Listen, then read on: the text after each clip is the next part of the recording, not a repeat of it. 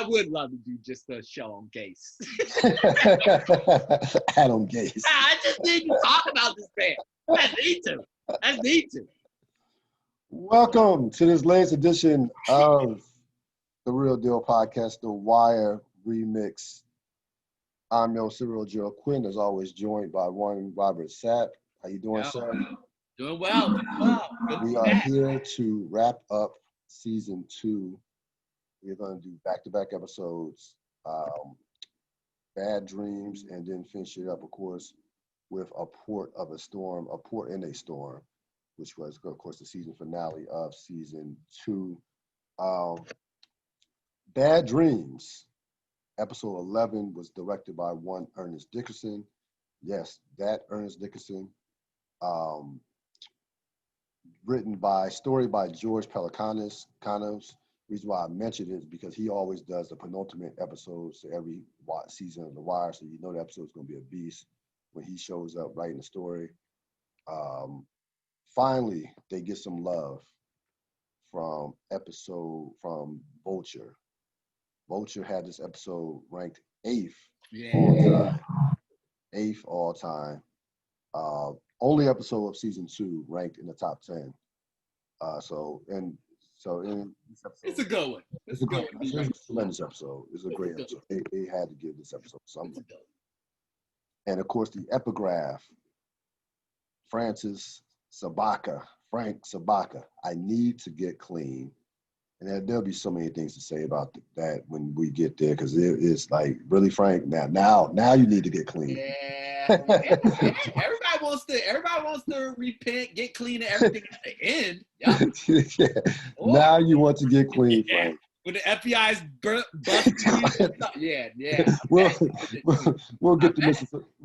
Sabaka a lot. This was his episode. Themes. One that just stood out, and it was very simple to me. Regret. A lot of regret in this episode. Opening scene, we had a montage of Nick in bed with Prissy. So if you remember the girl that he previously had got drunk with on it's not the Ferris wheel, but the merry-go-round, they were telling Ziggy stories. So wherever they had a bottle of, it led to them going to bed. So he's in bed with her, as you know, in his parents' basement, of course. As well, no, not his parents. It was over her house because his parents got raided. So he was over at her house as his parents were being raided by the cops. You see the Greeks' warehouses being raided. You see Double G's stores being raided. You see White Mike, Eton, and Sergey all get arrested. And you see Nick's parents, along with his girlfriend, finally get exposed to what Nick was doing. As, of course, was moving weight, selling drugs. The cops not only raid their house, they show the family, mother and father and Nick's girlfriend, all the drugs and money that Nick had been hiding. Nick had been making. He's, of course, hiding it in the basement. So a lot going on in this opening montage of musical montage to kind of just show you how everything is coming to a head. The chickens have come home to roost, for lack of a better phrase. And great opening to this episode. It let you know there was going to be a lot going on in this particular episode, as they were trying to somewhat not wrap up some things, but really we're at the end, nearing the end, and you could tell by the start of this opening montage. What were your thoughts? Yeah, so a couple different things need to. That's not working out. A couple things need to be said. One is I haven't talked The Wire in 2 weeks, so I apologize in advance for how much I'm gonna talk. The second is when I was watching the scene, like the whole entire episode is great scene. When I was watching the scene, the thing that like popped into my mind, oddly enough, was what popped in my head, oddly enough, was Breaking Bad. And then the reason that popped in my head was, you know how when Breaking Bad was coming out, I would always say to you, Breaking Bad has done was the best example of a show holding its characters accountable for their actions. So that was always my sense. And so when I was watching this episode again, I was just like, no, The Wire did it first. This is about accountability. Like a reckoning is coming for all of the characters in this episode who have that reckoning coming. And so it just made me think about like how smart this show was and how it really was about like the choices and the actions that a real person might make in this made up world. And so so that's why I started thinking, what literally made me think of that is just the way that how the actor of Nick, the actor who played Nick Sabaka, just the way his body looked walking up to his house, the way it was shot and framed. With we're not. That's not the beginning. We're not there yet. He was I jumped. You jumped. He was in bed with the girl. Yeah. In the montage. Right, the montage, just opening montage. Right. I jumped. Yep, my bad. So I know exactly what. So in thinking about what happened last episode, right? And so between him and her, right? Like the way that the episode ends, you're kind of like, oh, like you're feeling bad for them. And then we get this episode, the beginning of this episode, and it's like, the way that the actor, I know exactly where I was going, the way that the actor's face looked when he woke up next to her, right? Like said it all. It wasn't just the regret of the next morning. It was a regret of drinking too much. It's the regret of a lifetime of poor choices that have led up to this moment. And that the moment, like, life wasn't going to get better. Like, it's like, really, it's one of those, you wake up, it's just like, the worst is still yet to come. And that was the kind of moment that was given to us there. Yeah, there's just a lot going on in that opening montage. With to your point, the characters always in the story are held accountable. Always in the story. That's one thing consistent about The Wire is the characters are going to be held accountable sooner or later. And you definitely saw that in this opening montage. So Frank sees Ziggy's picture in the newspaper as the FBI is watching him. Valchek is in the car with the FBI agents. Frank now, just that idea of seeing your son in a newspaper being charged for, murder. I can only imagine what was going through his mind. Just having to look at having to look at that picture. What were your thoughts? That's tough. That's challenging for any father to. Yeah, that'd be tough. Challenging setup. Also setup. Yes. Yeah. No question. So yeah, the detail, Daniels, Russell. Detailed with Daniels and Russell, they realized that Ziggy was killed, that Ziggy killed Double G. Daniels, of course, is besides himself because he calls over he calls to the Western District and heads over there because remember, he was killed a day and a half before they found out. So they found out late. Of course, Daniels, they're working. This is the case. They're working for the Western, for the Western, for Rawls and trying to clear these murders. So again, Daniels was heated to say the least that he didn't get a call from Landsman, and he storms out the office, headed over to go see Landsman at the Western District as Herc and Garver are coming in. He barely even acknowledges them. as they're coming in, as he's going out and they're coming in. What were your thoughts on this? This, I think this is a little bit more. This is more set up. There's more to discuss later on. Yeah. Frank and Horseface discussing Ziggy's lawyer, what type of lawyer Ziggy's going to get. The Union Hall gets raided by the FBI and Valchek, and Valchek just takes it.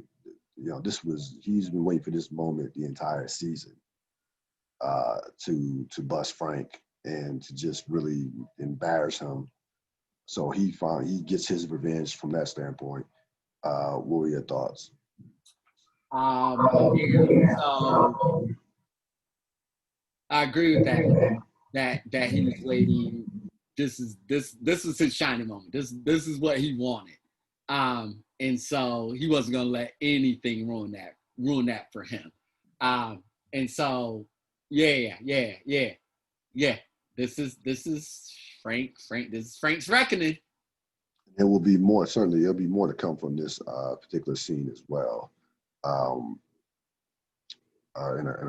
a few minutes, you have Frank. You have Nick finally going home to a raided house.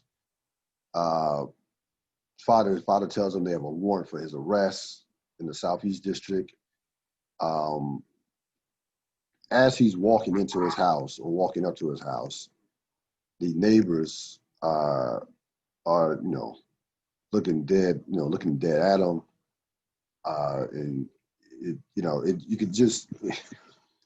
could sense the embarrassment by Nick as he's going up those steps to go into the house. Like, everybody's looking at him. It clearly is a close-knit community as far as everybody, in terms of just everybody knows everybody. Like, it's one of those communities, one of those neighborhoods. So for his parents to get their houses raided in like that in front of everybody, pretty. Nick basically had to do the walk of shame up going into his own house, which is something that none of us ever would want to do. Considering that it's your house, or use the place that you grew up in, and now it's a place that you basically, I'm sure that his thoughts wanted no part of going into that place, going to that house. But yeah, of course, he had no choice but to. He goes in there, and he sees again, the house just basically, torn to pieces. Mother crying. Father says, "Hey, they have a warrant," and tells them that they took it all in terms of the money and the drugs. What were your thoughts? Yeah, this is what I was alluding to a little bit earlier, where you have the actor who's playing Nick, just like the way that the episode, or the way that this scene was shot, and just kind of like having you have the neighbors just kind of like having that look on their face at first, and then you have Nick, who just kind of like has sees that and just has like the weight of the world. And so, like, even no matter the weight of the world on him, even no matter how much he thought the day was gonna suck, when he woke up, it was even worse. It was even worse than what he even thought.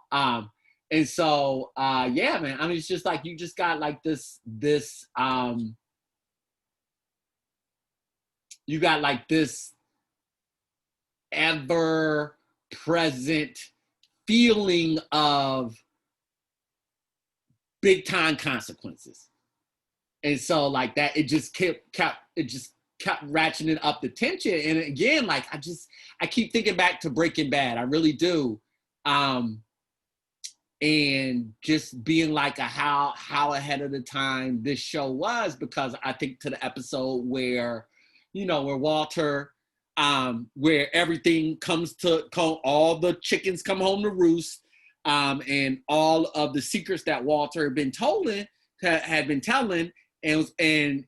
and where that ended up and how intense that felt in that episode, everything like that was 4 seasons leading up to that.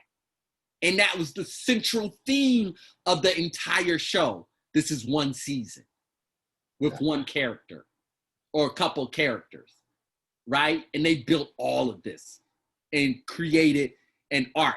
What I will say about season 2, I've said it.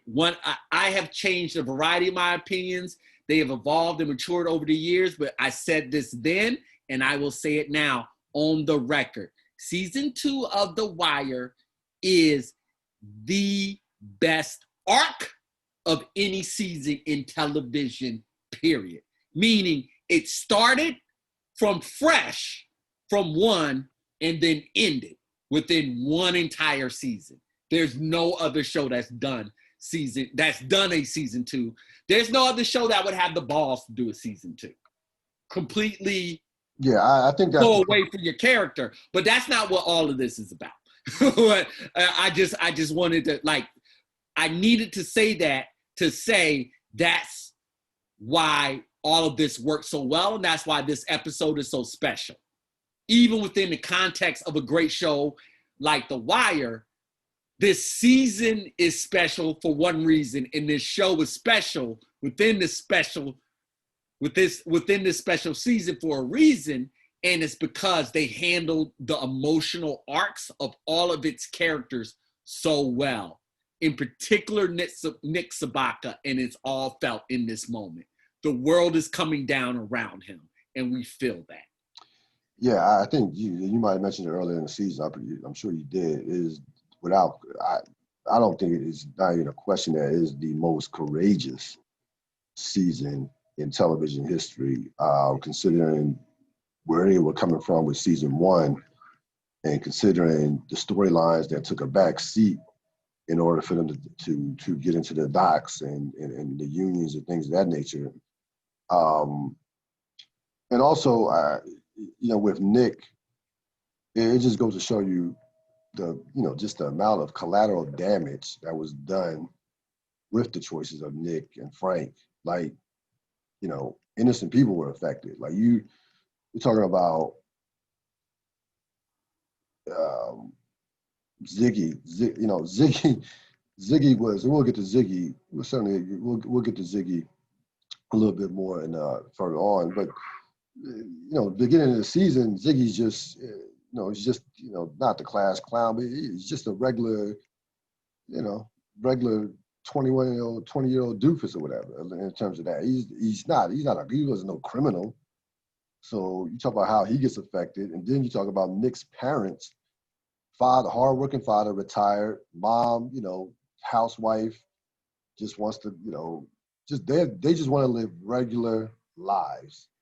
And they, they had no idea or no clue whatsoever about what their son was doing. And again, I don't blame his father or mother at all. Nick made his own choices.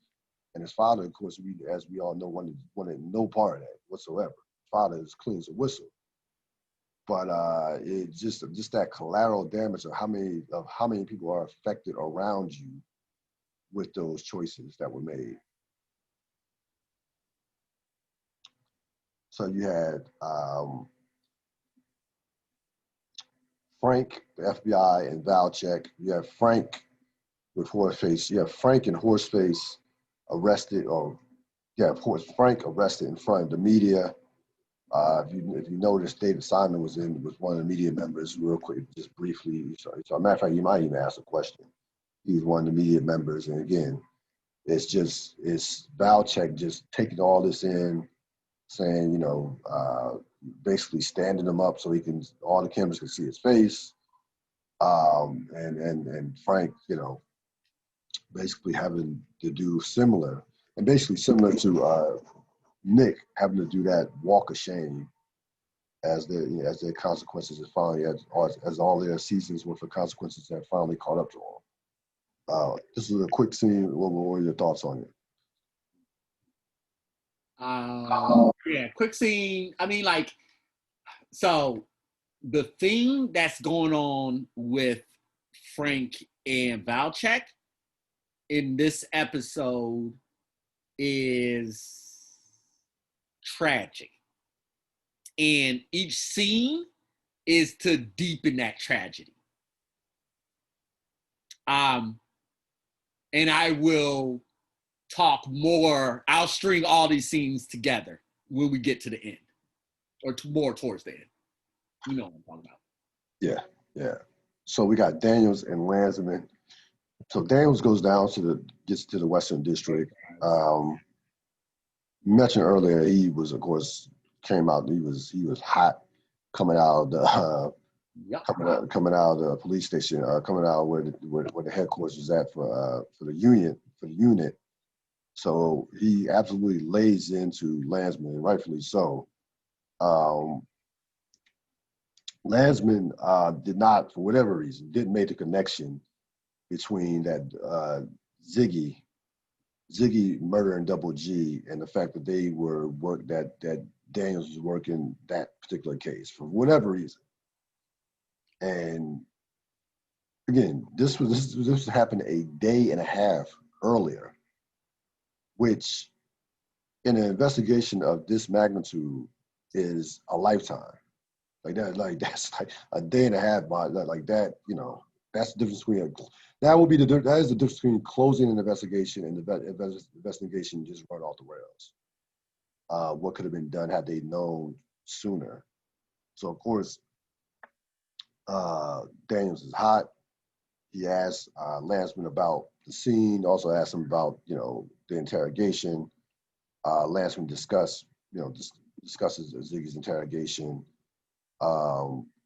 with Daniels and apologizes to Daniels before he walks out. And one of the rare moments that you'll ever see Landsman serious. This is one of the rare moments up until this point in the series that you see Landsman actually, real other maybe outside of when Kima got shot, when they were, going investigating and looking for evidence. But he knows he's fucked up.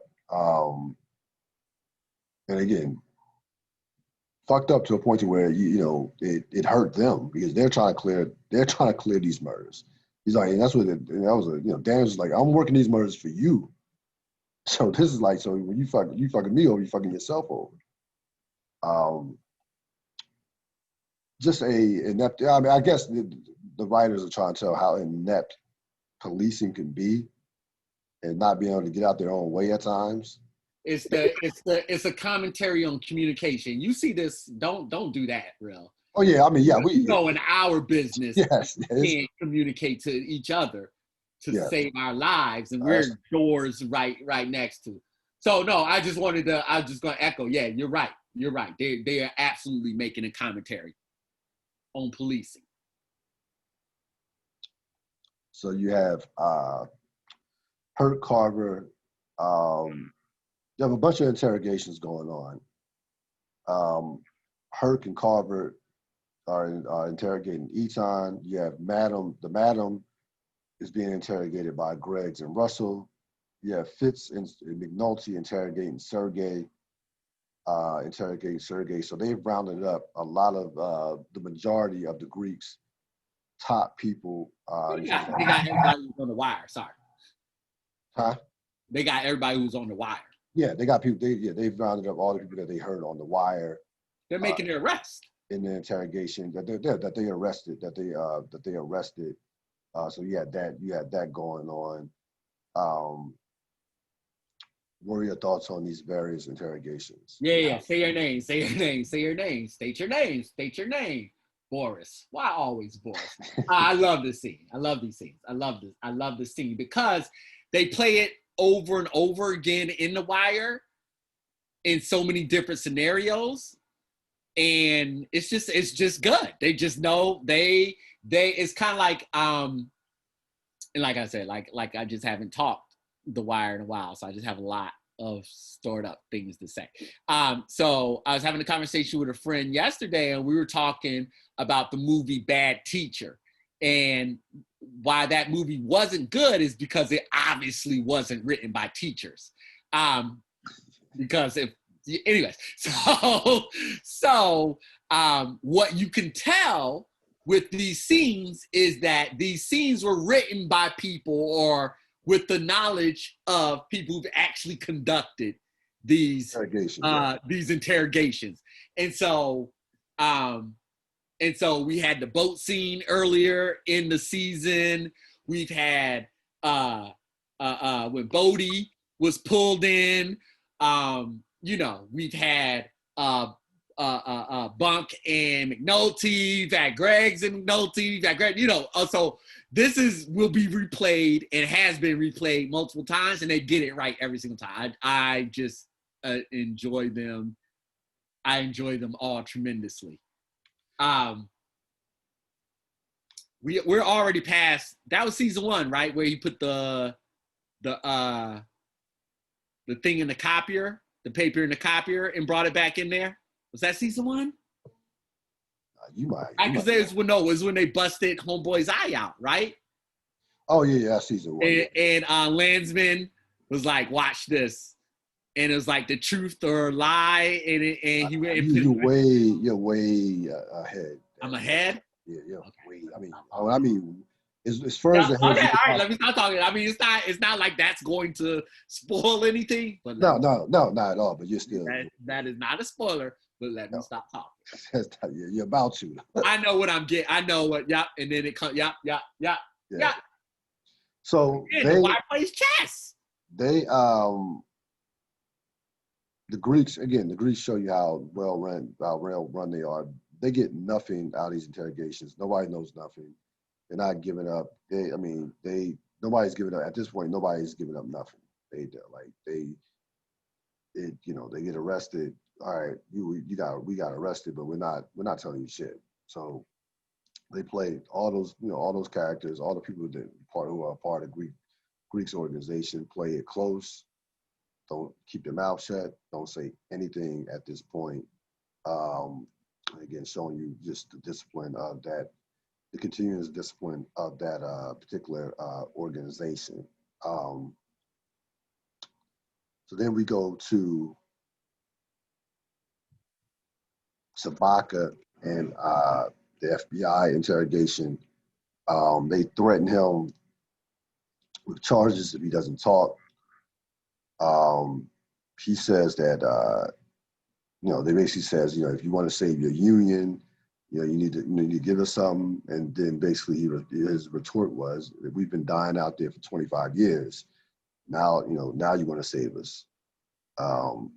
Again, speaking, just telling the story of basically the season as far as how these unions and ports and different businesses were steel mills or whatever were on decline. Because mentioned we've been dying out there for 25 years. They don't at this point. They don't have a lot on Sabaka. This is more about a lot. This was just seemingly about Valchek at this point, because at this point they really didn't have that much on him, especially without the detail. What were your thoughts on Sabaka in this scene? There are a lot of them. My main one is like, it's hard to pull that rationale now. It's hard to pull that rationale now. And it's consistent with his character, and his character is self-delusional. Yeah. Like that. Yeah, I mean, he's still caught up with the union and thinking that like he's still trying. I think he was still at the last stages of trying to rationalize why he did what he did. So and still in that mode, that mindset. Even in that particular scene. So you have McNulty, White Mike, and Greggs. They played an audio of his tape with phone call with Sergey, who of course gave away the style of killing. That was the tape when Sergey asked him, does he have any arms? Does he have any legs? Does he have any hands? And then we didn't do it. When White Mike was asking about a particular killing, how they did a particular murder. So they played that tape for him. They played that tape for him, and then we'll see what happens. We will see what happens. This was a little bit of setup moving forward. What were your thoughts on this scene? Yeah, setup. Yeah, Frank and his lawyer discussing next steps, which we'll see when that plays out. You get back to White Mike, Greg's McNulty. White Mike starts to give up some names. Talks about the Greeks and Sergey, and of course he does not know who the top dogs are. He doesn't know. He's not, it's not that far up the chain. He mainly deals with the muscle. Mainly deals with Sergey. Like Sergey is where he is as far as White Mike went in terms of getting information. So he talks about them and doesn't know who the top dogs are in terms of the Greek and Spiros. What were your thoughts? Yeah. We get to Omar and Stringer. So Stringer tells Omar that Brother Muzone killed Brandon, and he seemingly gives Omar Brother Muzone's location. Now, coming into this, before they even met up, as Stringer's already, in whatever room they were in, Omar's coming in. Omar refuses to get pat down. Says that's not gonna work for me, big man. And basically says, he's been waiting seemingly a lifetime to see Stringer again. So Stringer plays the scene cool, says, look, you got a right to be pissed off. I'm down right now, Weebay, Stinkum, Stinkum's dead, Weebay's in jail, Bird's in jail. You had your hands in my pockets, taking my shit. And he plays the scene cool and basically lets Omar, he kind of tells Omar what Omar wanted to know. Omar still is enraged about Brandon and anybody that he felt that exactly did that to Brandon, whoever exactly did that to Brandon, he'd be willing to listen to, even if it is Stringer Bell. So this was a scene where Omar was, in many ways, blinded by his own.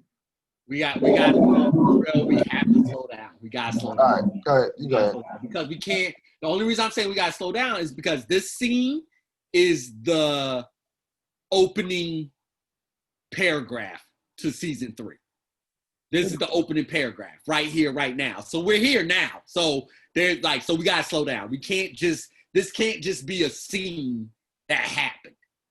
This is the opener, and it's as big. So, what were your thoughts on this? The thing that we're gonna, but that's what I'm saying. Like, it's just a big. So, this is the thing. Season 3 will be, for me, how did this all happen? Like, how did this go down? Because we've already said this is not just Stringer moving on his own. And this is not just Omar reacting emotionally to a situation. Butchie has to be involved in it. Prop Joe and all people around to get this thing to go down this way. There has to be a lot of moving pieces. And there were a lot of moving pieces. No. We don't know it yet. We don't know it. That's what I'm saying. This is just the opening scene. So that's why I said we got to slow down. Like, I'm using next season. This is what I'm investigating. Stringer and his... We really pulled apart Stringer and his play for Ultimate Power in this season. Next season, I want to pull apart how all this happened and what was going on. So that was my thoughts to this scene was, how did they get Omar in that room? And that's why I stopped it right there, because I'm like, how did they get Omar in that room? Because you're right, Omar doesn't trust Stringer. Why the hell would he go there? He damn sure ain't just going to go on the word of Prop Joe. Why the hell would he go there? So you have... Brandon been happened. Why the hell would he go there? Stringer says so-and-so did X, Y, and Z. Why would he believe Stringer? We know how smart Omar is. We can't just take the smarts away from him right now in this moment because it would be plot convenient. Another show, yep, that works. They would just do that, not The Wire. Not The Wire. We haven't been looking hard enough. Me as a viewer, I haven't been looking hard enough. It's missed me all these years. It's not going to miss me this go around. How did they get Omar in that room? In that room. That's the question. So that's why I thought of that scene. So you have Frank and his lawyer. Frank tells his lawyer he's going to go see Ziggy. And then he says the epigraph, I need to get clean. So Frank, I mean, you know, it sounds like you say, it sounds great. Yeah, at the end, yeah, sure. Yep, you got all the regrets now, sure. But, you know, a little late in the game, Frank. White Mike, get back to White Mike, Greggs, and McNulty. He refuses to tell them who Etan and Sergey report to. So I don't think he's met the Greek, but I do think he had knowledge of Spiros. But either way, he does not give anybody, does not give them up. Doesn't give them up to Greggs or McNulty. So you have Ziggy and Frank. Frank immediately sees that Ziggy has gotten beat up. Ziggy says he got tired of being the punchline. Frank, says that, you were too busy for me. Then they talk about Ziggy's mom, who apparently was, addicted, had a drug problem, was addicted to drugs. And then Ziggy closes out basically regretting the killing. And, says that, what he saw, it made him sick to his stomach in terms of what he saw, what he did to, killing not only killing Double G, but shooting a young dude, the young clerk in the store as well. Frank basically says that wasn't you, Zig. That wasn't you at all. So, you're a Sabaka, and then Ziggy basically ends the scene and said, fuck, this is what I am, which he is. What are your thoughts on this scene? Yeah, so good scene. I have more to say about other stuff about this scene at the very end, but I do want to say one thing. And I thought this consistently the entire time, which is why I love, part of the reason I love season 2, part of the reason I love the Ziggy character. Like how you hear all the time, news programs, whatever, like how somebody like went into a rage and killed somebody else. And then you'll see like the person who did that and they're all apologetic and everything like that. And before I watched this show, I could never access like how that doesn't make sense to me. You killed that person. You should, you're not sad. I don't believe you. I don't believe in it, everything like that. The way that the actor played this, like I got it. When I watched it, I was like, oh, best portrayal of that I've ever seen. Film, TV, in my entire lifetime. It's the best portrayal of, like, I was enraged, and I talked about it when he played that part of it. I was enraged, and so in that space that I went in and shot a person and killed somebody else, but now this is the other side of it. And it's not Frank Sabaka regret, which means I just got caught. This is, I was not me. I don't know how that happened. Right. But what I do know is I'm sick to my stomach now. Good stuff. Yeah, no, it was a tremendously acted scene by well written, everything. By Ziggy, James. I think his name is James Ransom that played the character Ziggy. And this is what I mean by Ziggy's a tragic figure. Yeah, no, I mean I mentioned earlier. This moment right here. he was a tragic figure. He was I mean, it sounds crazy to say, but he got pulled into this through, you know, through his father. Like his father pulled him indirectly pulled him into this. I mean, directly, all the well, yeah, directly and indirectly. every rectly you can Yeah. you can put, yeah, Frank Sabaka's a part of that. So you have the detail discussing the interrogations, thinking about next steps, thinking about, of course, their next steps. They decide to follow Spiros. The FBI, with the exception of Fitzhugh, they've got what they wanted, so they bounce and leave the detail, except Fitzhugh. This was definitely some setup that will be flushed out over the course of not only this episode but next episode as well. But they decide to you know basically put a tail on Spiros, who of course is the second in command. Frank and Lou, of course is the father of Nick Sabaka. They're at Lou's house discussing what transpired with the raids, discussing their sons. Of course, Lou is incensed that Nick was involved in terms of dealing the drugs. He snaps at Frank because of Frank basically introduced him to that lifestyle. Frank, you know, again, never taking full responsibility. Frank says, "Well, we were just moving some cans. I didn't think it was gonna go this far. I didn't think it was going, you know, it was going to turn out like this, basically." And Lou basically says, "You know, once you gave him a little taste of that, what do you think was going to happen?" Like, he didn't say this, but I'm sure part of him was thinking this, like, we're broke. we don't have a lot of money. He's broke. So you show him a little bit of money, he's going to get, you know, it's going to be like, it's not going to be able to stop. So they get into an argument. Mostly, you know, Lou doing most of the yelling, which rightfully so, because he wanted no part of this. So had two brothers on the opposite end of the spectrum, which has been depicted all season long in terms of who these characters are morally. What were your thoughts on this scene? Yeah, I mean, like this. So,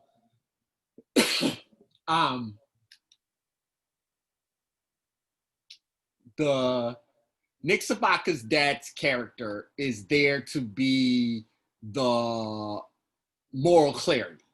So if for some reason you haven't been following along as a viewer and you don't understand what's going on here, Frank's dad will break it down to you. He is the direct opposition of Frank's character. And so if you don't get the nuance, that's the word I'm trying to use. If you don't get the nuance of what's going on with the Frank character, then his brother will come along and let you know. And so this is kind of like the summation of it all, right? Like, it's like the reason why he's guilty for Ziggy is because instead of being the moral compass, he was not. I'll connect it to that scene I'll connect this scene to that scene in last episode where Ziggy, when he's walking out of the bar and dad's questioning him about the duck and everything like that. And he's just like, I mean, he essentially, in that scene, he's like, no, I don't blame you. You just weren't there. It's always been about the union. It's always been about something else. And so those are the two layers of it. That's why Sabaka's totally to blame. He made it about something else more than the things that were supposed to be the most important to him. And so therefore he sold his soul to this idea of the union, which was already a nullable idea. And so, God, I really want to get to, but I can put a point on it. I can't wait to get to the end of this episode. I'll put the fully formed point on. But this entire season exists because of Frank Zabaka's bad choices. Just like Walter White's universe exists because of his choices, because of his bad choices. And everything that happens is because of that initial choice. Yeah, the actor, whoever the actor, I don't know who he is, but whoever the actor is that plays Lou was tremendous in every scene he was in. He wasn't in that many scenes, but he really, like, and I really thought about that when I was watching this yesterday. Like, he really did his thing in these scenes, and you know, in the amount of scenes that he had, which wasn't that many. Yeah, this is squarely on Frank. Again, Lou just wants to be retired and, like you said, enjoy a ball game and a beer. He wanted nothing to part of it. Wanted, you know, zero. Had nothing to do with this. Wanted nothing to be a part of this whatsoever. And I'm sure that, you know, as a parent, even if your kid makes dumb choices, your adult son makes dumb choices, I'm sure there's a level of guilt coming from you naturally, even though you were not the reason why he made those choices. But I'm sure parts of you might feel like, you know, what could I did differently? What there has to be, like I said, getting back to the other theme or the original theme I talked about, there had to be some regret from Lou's standpoint, even though Lou was not, to me, had nothing to do with this. Yeah. Lou's character is not about regret. Just from a functional point of the show, his character is not about regret. Frank, Nick, and Ziggy have that in spades for everybody.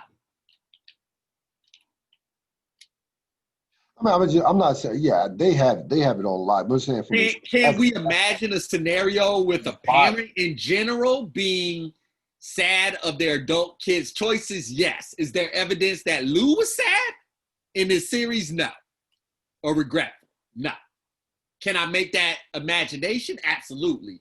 But also looking at functionally, that's not what his character was there for. I mean, I guess he had more anger. Yeah, he was just angry.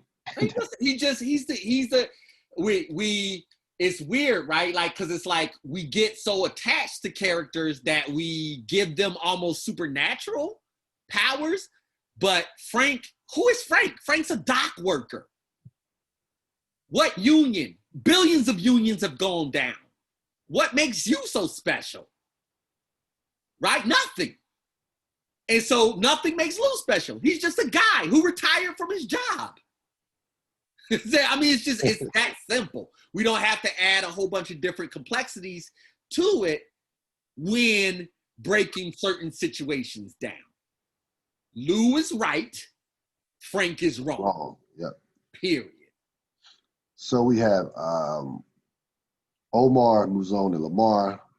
Mouzone sends Lamar out to get his Harpers, as Omar is surveying the area. This is, of course, outside.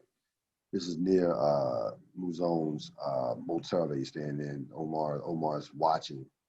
Again, you will see how this plays out in the latter part of this episode. Definitely a setup scene. And again, it gives you, tells you all you need to know about Omar. What we already know, Omar, how careful Omar is in terms of when he is planning an attack. No different with this particular scene. Frank decides to work a ship for another stevedore. This will be a bunch of scenes with Frank. What were your initial thoughts with Frank deciding? This is simple. I'll tie this in at the end. So we get Spiros, McNulty, Bunk. Bunk watching Spiros talk about his clothes. Bunk and McNulty watching Spiros. They get into a conversation about Spiros' clothes, and that famous funny line from Bunk. McNulty says, "What kind of man watches it? What kind of man knows that much about clothes?" And Bunk says, "A grown up." or what kind of man takes that much interest in his clothes and bunks as a grown up? And then you have them following Spiros along with Kima as well. So we will.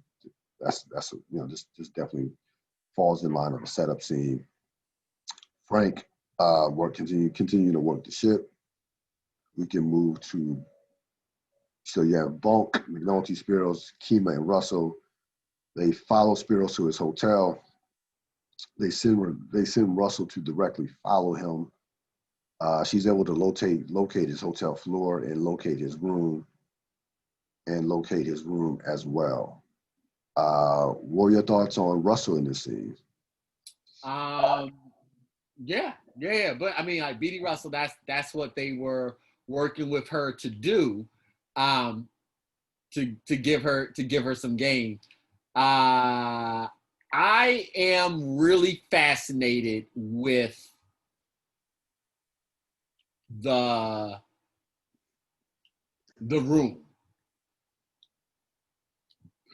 I'm just really fast. I was really fascinated about all of that. That was happening, tracking them to the room. I wonder what the plan was. Anyways, how it would have worked out if things were different. But other than that, BD Russell got game now. It's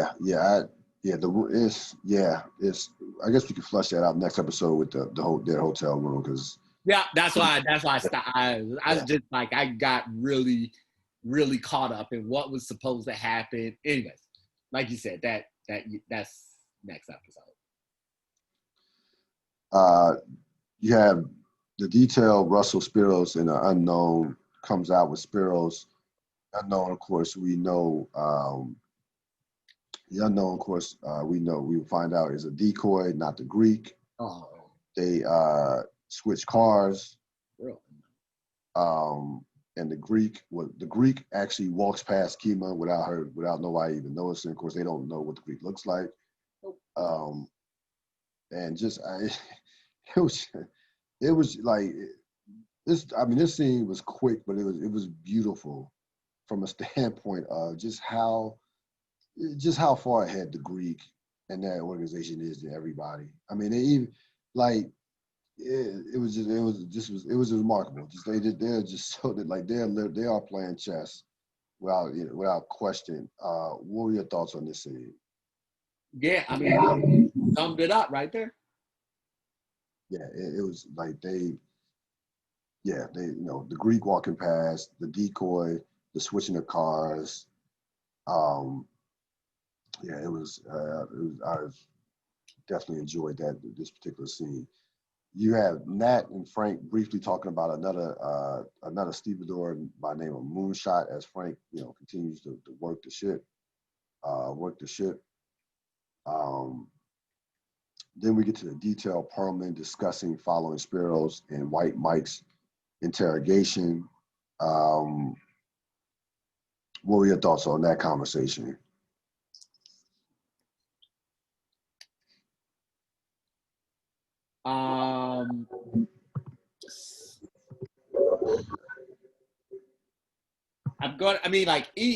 Everything is either set up or like, especially like right now where we're at in the show, putting an end on something or putting a period. And so that's why I was just trying to debate in my head, was it set up or was it putting a period on it? I'm gonna go with set up. You have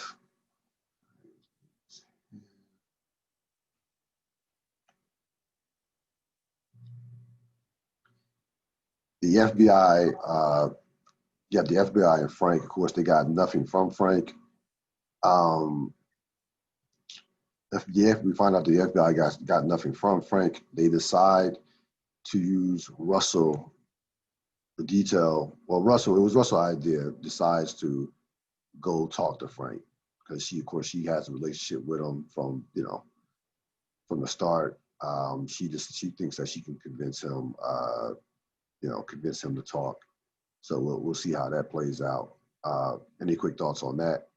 Yeah, so yeah, I did like that she said in the episode where she was just like, has anybody even tried to come at him straight?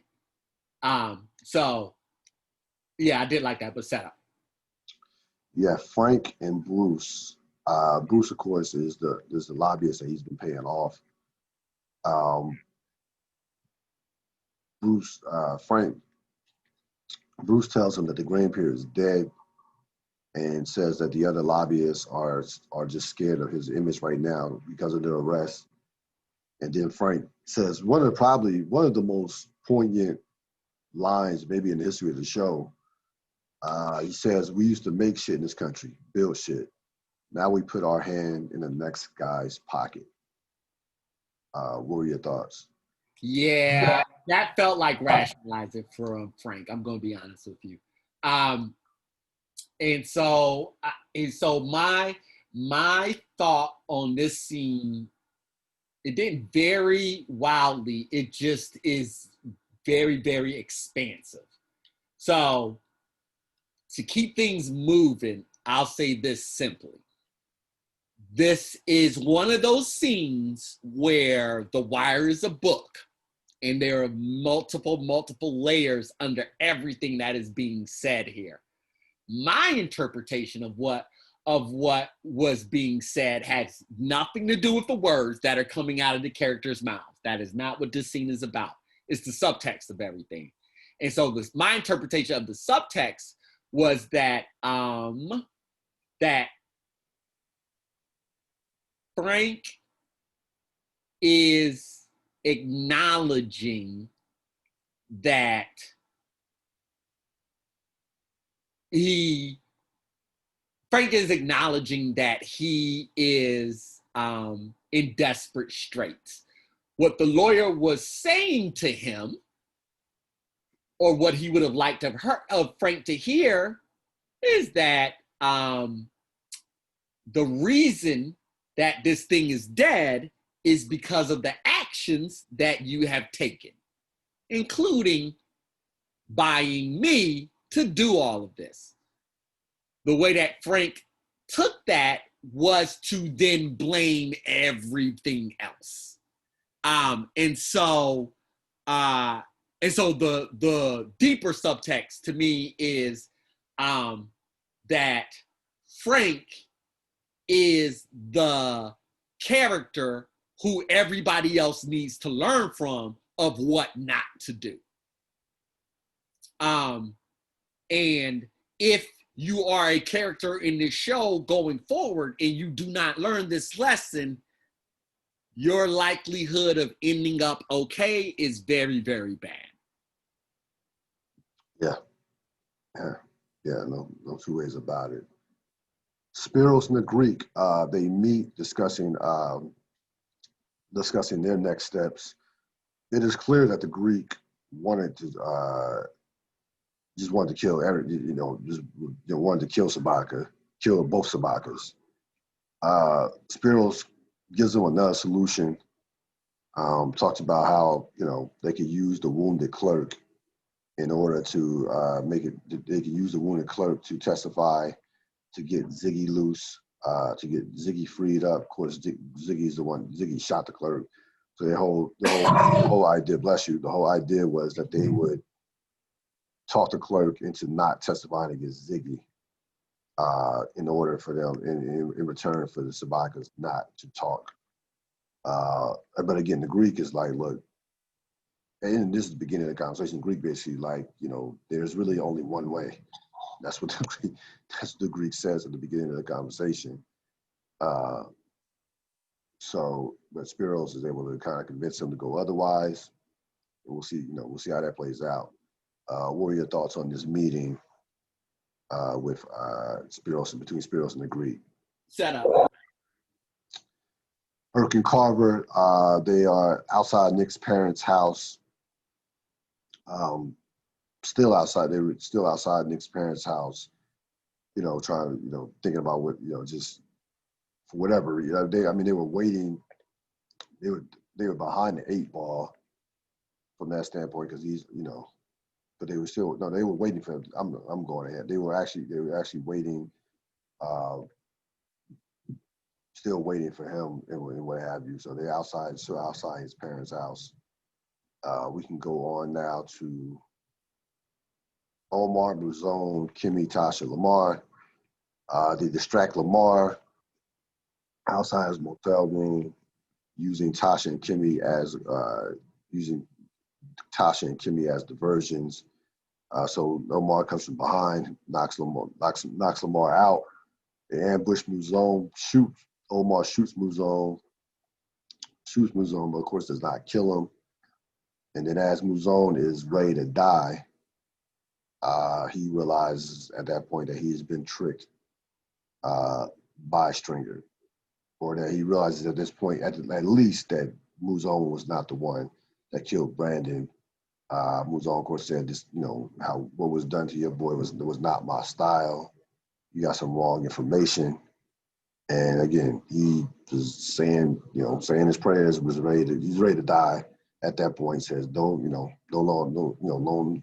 no need to prolong it. But Omar, then figures out in his mind that, this dude is not the killer. And classic Omar fashion, he calls the ambulance. And that is a Omar move, to say the least. Like, I'm gonna let you live. I'm gonna call the ambulance for you, and then give you a head nod on the way out. What were your thoughts on this scene? Yeah, this is another one we're gonna have to slow down, and we're definitely gonna have to revisit. So Stringer, this is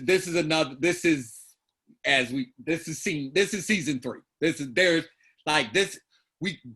These two scenes can't be. They're almost this. It's almost impossible to talk about these two scenes without talking about the entirety of season 3. So these two scenes are like the sandwich of season 3, the start and the end. And so I'm going to have to give the MVPs to others just because it's their episode.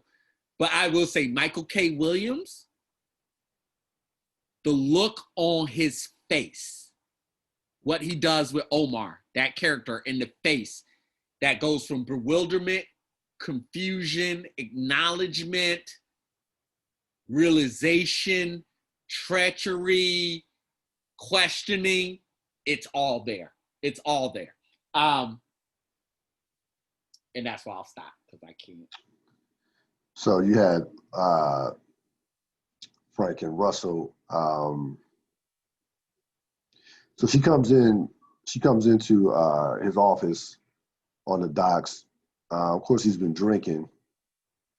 She convinces him to talk, and she comes in and convinces him to talk to the police. And just basically come straight out. Basically came at him straight up. It was just like she played it exactly how she said that she said she was going to play it. She's going to give you, can't promise you anything. Come to the police, just come talk to us, come talk to the police, and see what happens. But he definitely didn't go in there. She definitely did not go in there making any promises to Frank at all. And he says to her, she says to him, she says, "You're better than those. You're better than those who you got in bed with." So I think that last line may have convinced him. May have been on the icing on the cake in terms of convincing him to come in with the cops. What were your thoughts on this conversation? Yes. McNulty and Bunk continue to watch Spiros. They're at his house, and they discuss why he wasn't home. He hasn't come home yet, but they're outside his house. We'll see how that plays out. You have Nick and Spiros. Nick comes off as regretful of dealing with the Greeks. Spiros, basically says, "Look, you were just trying to do better for yourself. Don't worry." He tells Nick how they can help. Tells Nick how how this all can be fixed. We can get Ziggy off. We can get Ziggy off. And, if he, for loyalty. So what were your thoughts with this interaction between Nick and Spiros?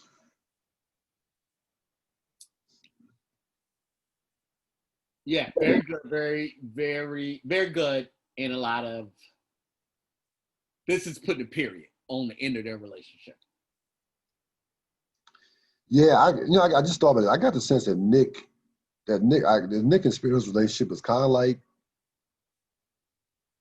like Stringer and Bodie's. Could have been. I don't think he finessed Nick the way Stringer was finessing Bodie. Not to that level. I would disagree with that. I think he definitely is finessing Nick. Well, in this scene, he's definitely. That's why I thought about it. This scene, he's definitely finessing. Yeah, he's been doing it the entire time. It just was obvious in the scene. But I would say he's been finessing him the entire time. That's how he can chill Frank out. Yes. Yeah. No. Yeah. Because Nick chills Frank out. Nick chills. Yes. Exactly. He knows that. Yes. No, you're right. You're right. Frank, you have Frank, the detail, Perlman fits you. So Frank says that he will give everybody, he goes to talk to the cops, says he will give everybody up except the union. Again, a setup, this was even more set up. You have Nick, Frank, the Greeks, and just a brilliant musical montage where you have the Greeks with their new passports. You have Fitzhugh faxing into the FBI office. Then you have Nick as the music gets lower. You have Nick and Frank and the Greeks. You have Nick and Frank meeting under the bridge. Nick tells him that the Greeks want to help Ziggy. Frank says, in return for what? And they say, and of course he says, and Nick says loyalty. And then Frank, of course, shakes the gate in disgust. He's already spoken to police. But again, he does not know that they know that. But he decides to meet with them alone without Nick. Tells Nick, get out of here. I got this myself. I don't want you any part. I don't want you. You will have no part of this moving forward. What were your thoughts on this exchange between Nick and Frank? Yeah, I mean it's heartbreaking because we know what's gonna happen. I mean, it's not even like you just know what's gonna happen. The episode is steaming towards it. It's giving you all the headlights, and as like you said, as the thing is going on in there, you see the facts going through, and you know who picks it up, and we know that's his snitch. Yeah. So you know how this is going. We know what's gonna happen. So this scene, you're like, damn, this is the last interaction they're gonna have. Yeah. So it's heartbreaking. It's yeah, it was very, very sad scene. I mean, the actors didn't play it that way, nor should they, because they don't know what's going to happen. But we. Spiros the Greek, of course, you have the muscle. Agent Kuchis receives the facts from Fitzhugh. As soon as he receives the facts, he calls, gives the Greek a call, let the Greek know that Frank has spoken to the cops, and immediately the Greek tells Spiros it's not going to work out, and that is how the episode ends. Yeah. MVP and the Chardonnay. Oh, I just said, yeah, that's how the episode is. My bad. Yeah. I wanted to tie a bunch of things into now that we're here at the end of the episode. Go ahead. And when I say everything was steaming here, that's for every scene that Frank is in this episode is building the momentum for us to get to this point. It's just building that momentum. So that's one thing. And then I think it's second to then revisit the conversation between Frank and the lawyer right now. Now that we know Frank is speeding towards his demise. Or no, Frank and Frank and Frank and his lawyer, and we could do Frank and Valchek. I say Ziggy is a tragic figure. I have never said that about Frank. And there's a reason. Frank cannot be a tragic figure. It is not tragic what happens to Frank because he is the instrument of his own demise. And so now that we're here, we can really, really, really rewind all of this. This entire investigation is because Frank not only wouldn't chill with Valchek, but he had to bump chest with Valchek. And then escalated by stealing the van. This entire everything is because of that. He is dead because of that decision. His son is in jail for the rest of his life because of that decision. Now, we have a detail and this and that, all that. Other things came out of that decision at that point. But so that's why I never used the word tragic with Frank. And then I want to shine the light on Ziggy. And that's why like midway, probably like way before like on episode 8, I was like, all right, jokes on Ziggy are off because now I got to talk about how tragic. Now I can close the entire book on it now that we're here at this point. The reason why Ziggy's a tragic figure is because of his dad. Your father, whether he's there or not, is your blueprint for what manhood is. Then you add all different components from all over the point in time. And so what the Y is saying in this is that the blueprint was missing from Ziggy because for whatever reason, we got snippets of that. Frank replaced Ziggy, his child, with the Union. For some reason, he picked that up, and that became the most valuable, precious thing in his life over his wife and kid. And from that moment, that choice, whenever that was, Ziggy's life was set up for failure after failure after failure. And then the lack of any accountability on Ziggy as the dad, completely, basically abdicating his responsibilities as a father, only compounded that. And then he threw gasoline on the fire that was Ziggy with putting him in an environment that was going to be less than successful, which is where all that college and everything, all that regret he was saying about that. He knows what environment he put him in. And so that's why Ziggy's a tragedy, because none of his behaviors were a result of something that he could himself have control. Everything we saw from Frank this season was directly due to something he did. He caused to happen. And so I just wanted to make that very clear. That's why Ziggy's a tragic figure in my head. That's why Frank is the character he was. Not saying anything is any less compelling about Frank. That's why I really, really harp on Ziggy's a tragic figure.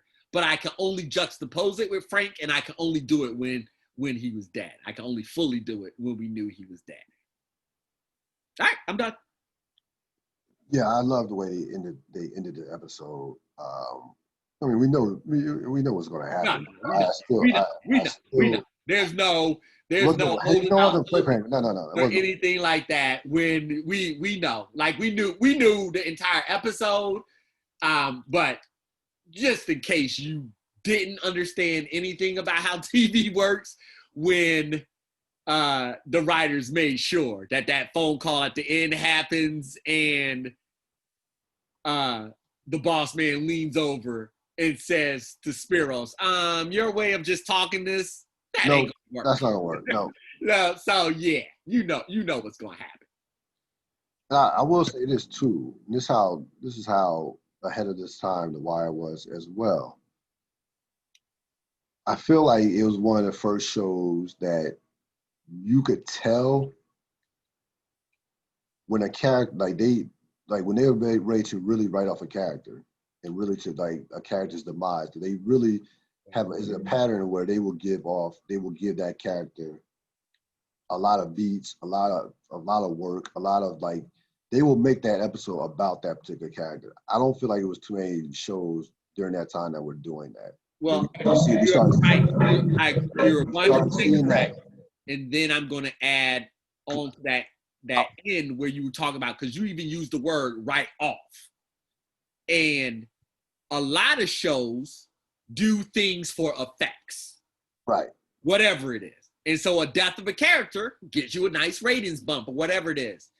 In the golden age of TV, which The Wire predated, it was right there with The Sopranos. They created this golden age of TV. What you saw was that was baked into the script. It was Frank Sabaka was going to die at the end of the season. Regardless, it had very nothing to do. It was the story. So from the moment we saw Frank Sabaka, the audience, we're watching, if that's 100, we're watching the tick down to 0. And that's how they create the season, and that's how they build that momentum.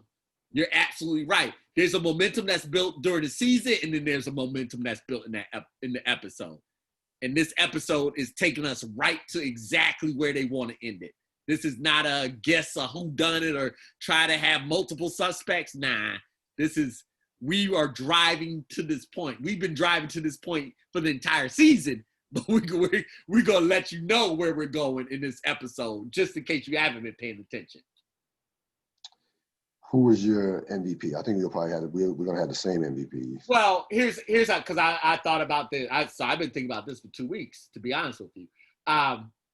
I thought about this after I finished the show. I was like, who am I going to give the MVP of the show? And so this is how I creatively did it. So I'm not splitting the 2 categories. I'm going to give both categories to the Sabaka boys. All of them crushed these episodes, this episode, since we haven't moved into the next one. So I'm going to give it to the Sabaka boys for this one. And I'll even throw Brother in there as well. Because you're right, even though you're right, his scene was very, very, very, very good. Okay, so all the Sabakas. Nick, Frank, Lou, they get all and they get all the awards. Y'all figure it out amongst y'all. Y'all are all fantastic during this episode. I had Omar off the list. I had nowhere to go with Omar. I wanted to give Michael K. Williams the Chardine Award just for that reaction I talked about, but the Sabaka boys were too good. They were. No, they were. I gave it to Frank. I gave it to Frank, but it was Sabakas. It was like no. Go with yours. I want to hear both of yours. I had Frank and I had Omar. Okay. I had Frank and Omar. Yeah. But I agree. You make a valid point with the Sabakas. But I had Frank and Omar. Omar. Yeah. Both those scenes.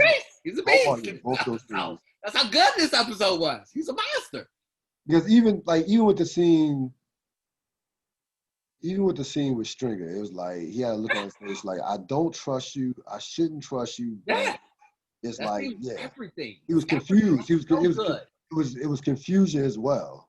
He just said, yeah. I mean, he had all of it. He went through all the emotions on his face. It was amazing. Yeah, tremendous episode. We now come into episode 12, Port in a Storm. This episode was directed by the late and great Robert F. Colesbury. You remember Colesbury was a big-time producer on The Wire. He died before season 3. And season 3, of course, he played the bumbling detective Ray Cole. That was featured in a couple episodes in seasons 1 and seasons 2. He directed this episode. This episode ranked 38th all time by Vulture, so they didn't hate it. So the epigraph was by the Greek, business, always business. For a theme for the themes, a theme that came out to me, it was one of the phrases during the course of the episode. There's always more. That was a theme to me. There's always more. Opening scene, they find Frank Sabaka's body. The Marine unit found it. Matter of fact, it was the guy that McNulty's partner, that he started out in the Marine unit with earlier in the season. He calls it in. All the dock workers are waking up like it's just another morning at the docks. Yep. They're all around to see it. Frank's throat was slit.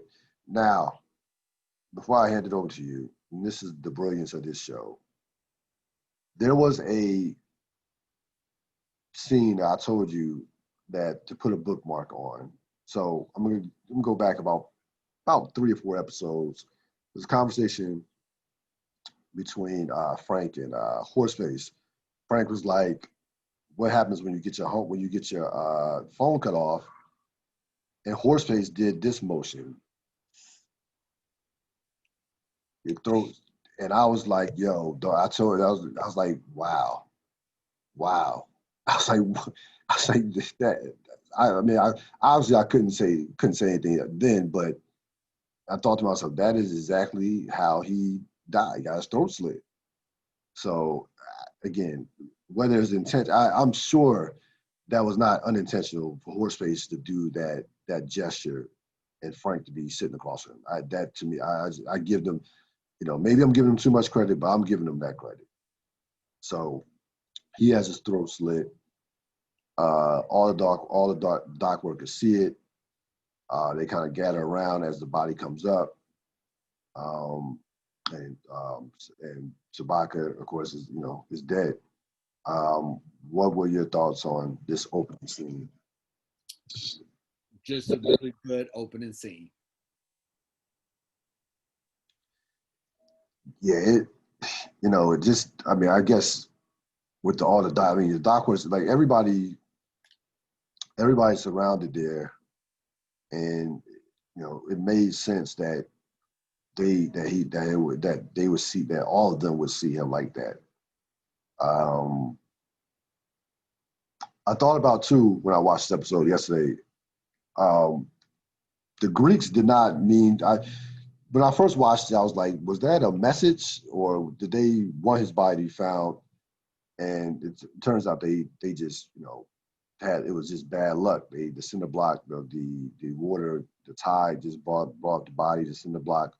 Apparently they didn't have enough cinder blocks.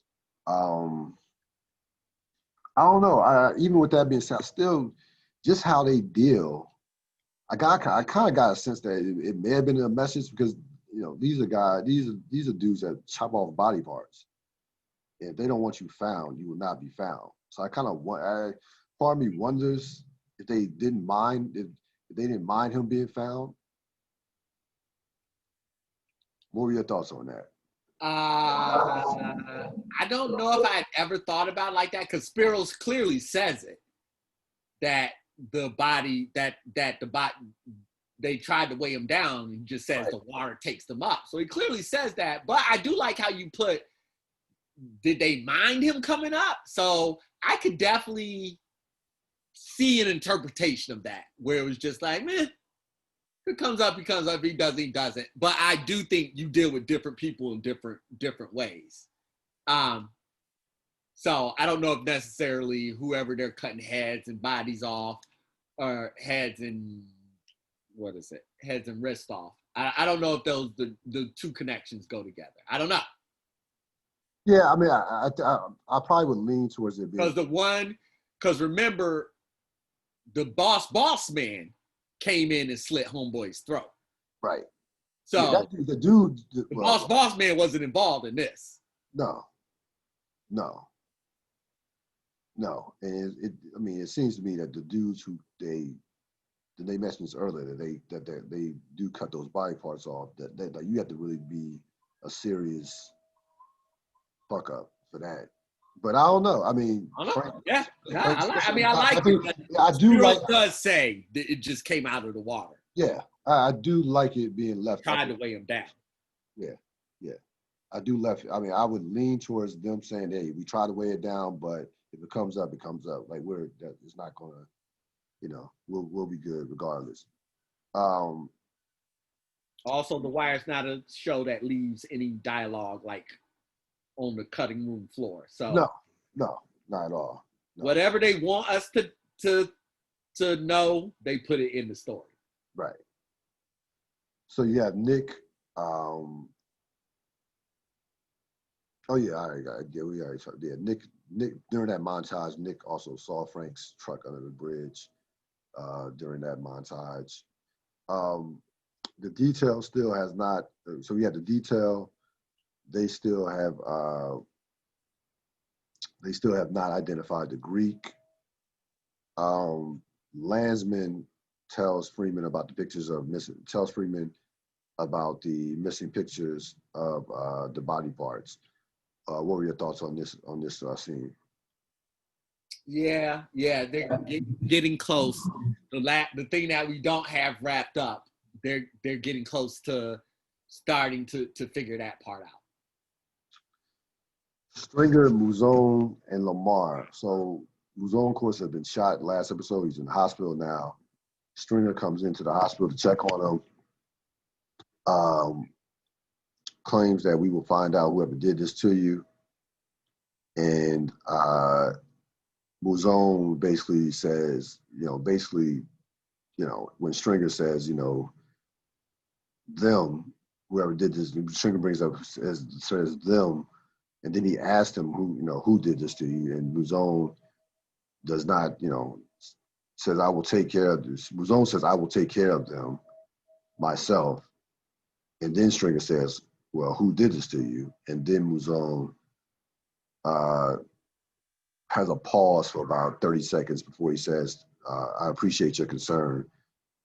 And then Stringer leaves the room. But then before Stringer leaves the room, of course, Mouzone tells Stringer to let Avon know that any agreement we had is now, or job we had is now absolved.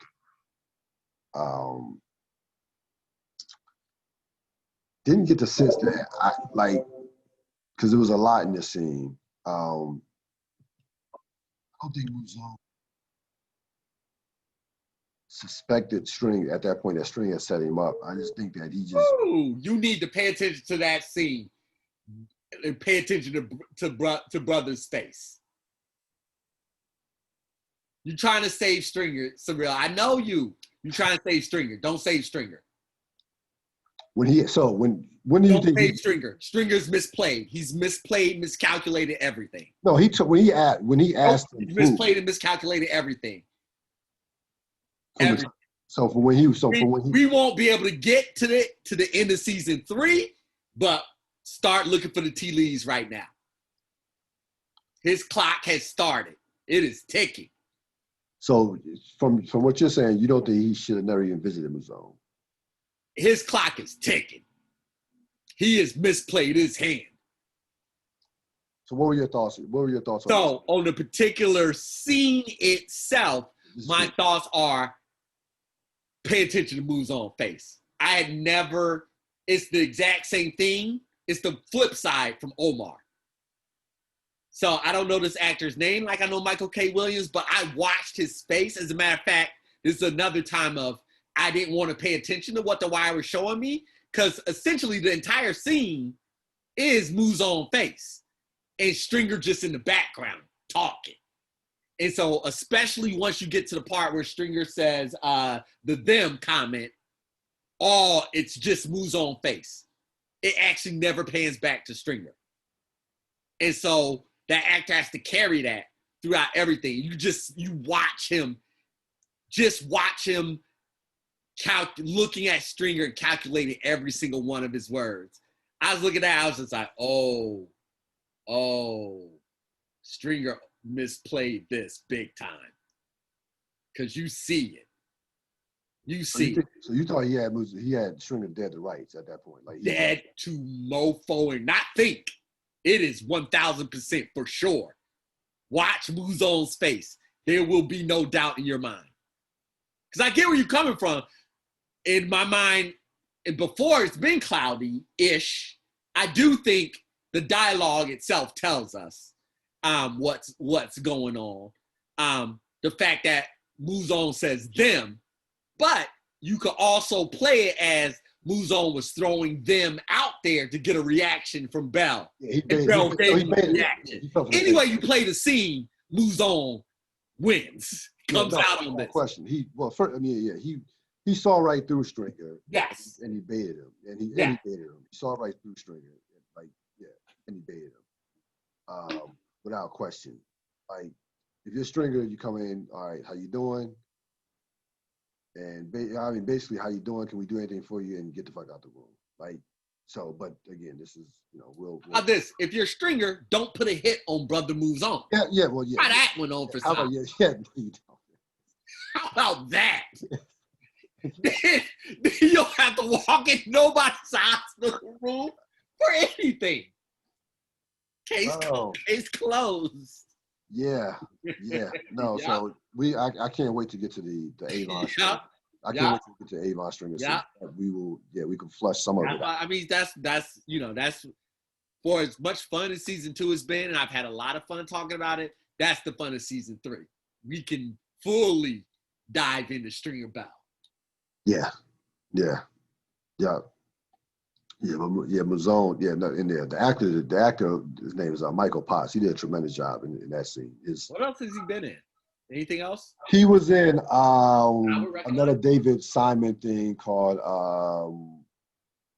not the Plot Against America. It was the housing. It was a thing on housing discrimination. I forgot. It was real good though. No, I do not.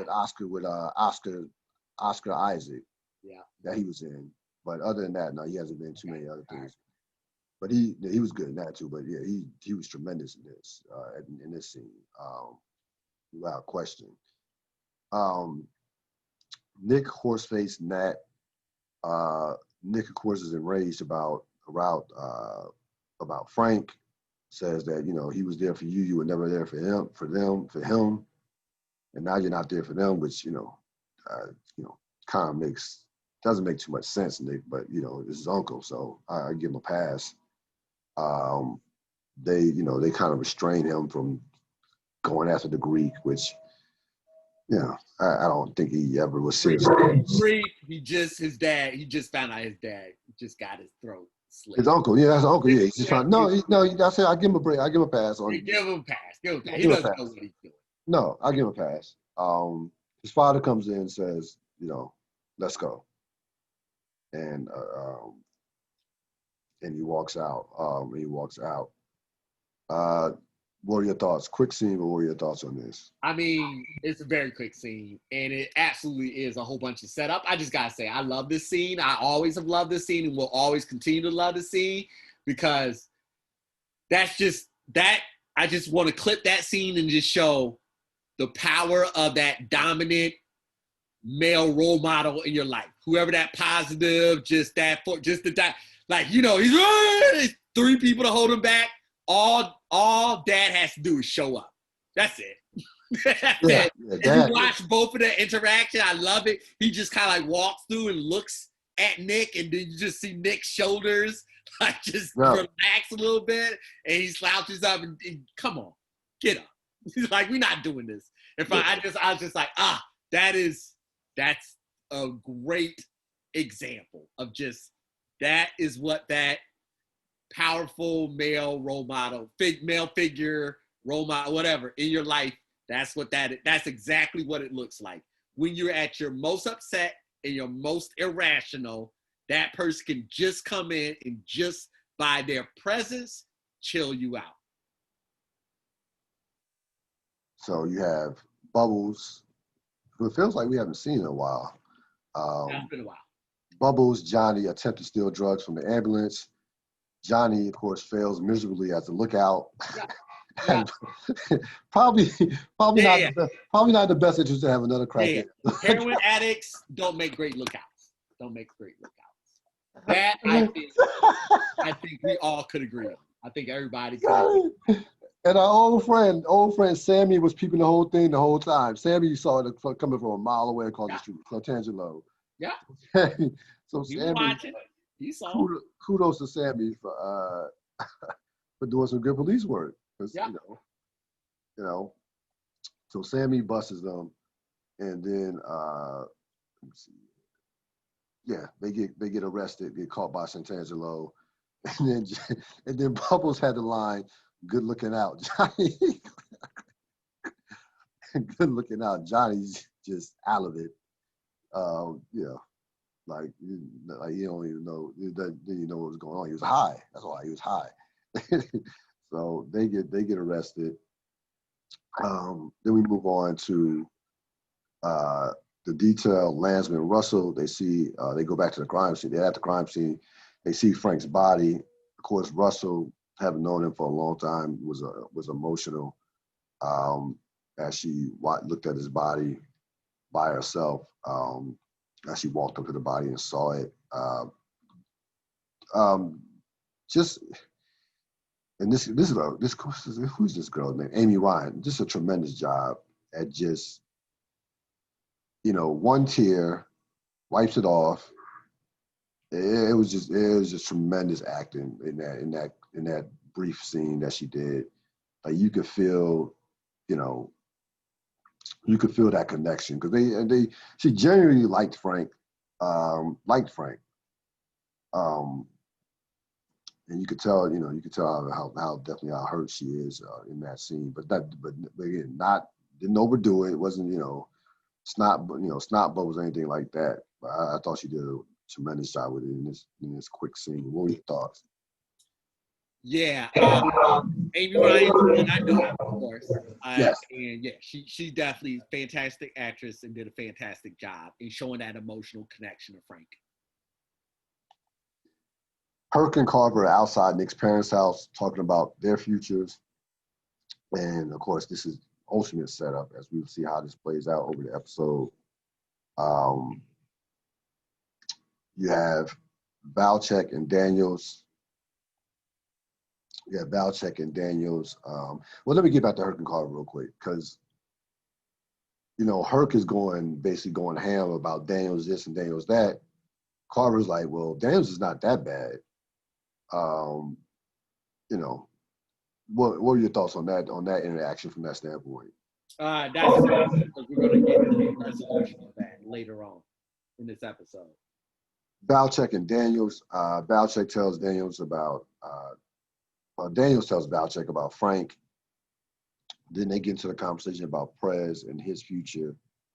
Valchek allows Prez to stay with Daniels in return for an apology, and that he also arrives at front desk for a week.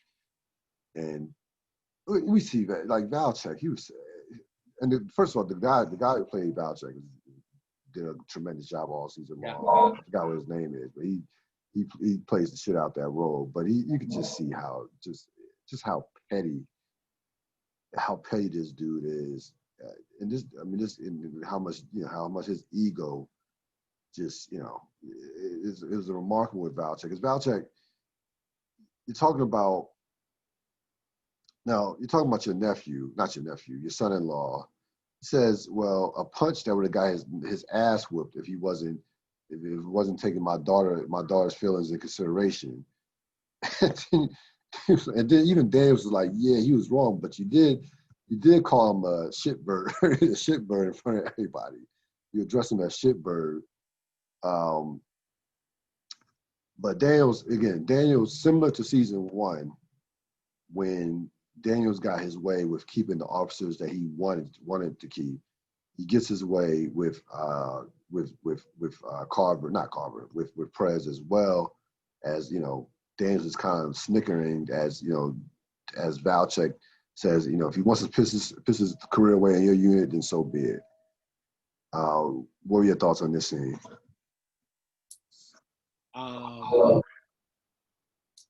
Yeah. This felt like,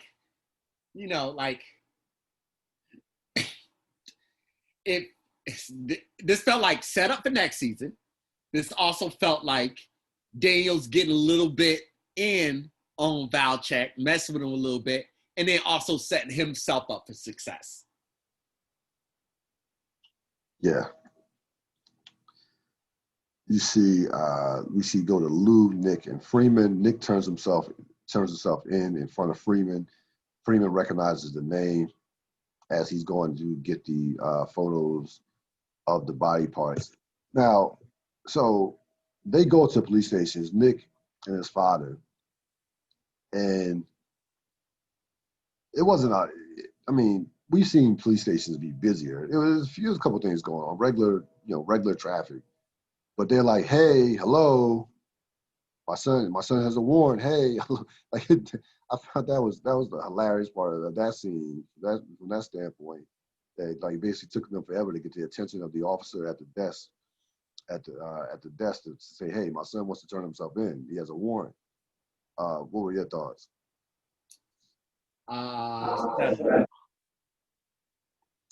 We go to Bubbles and Johnny, Kima, and McNulty in the meeting room. We'll talk about that more. They were just this was a quick scene before they'll have some further conversation later on.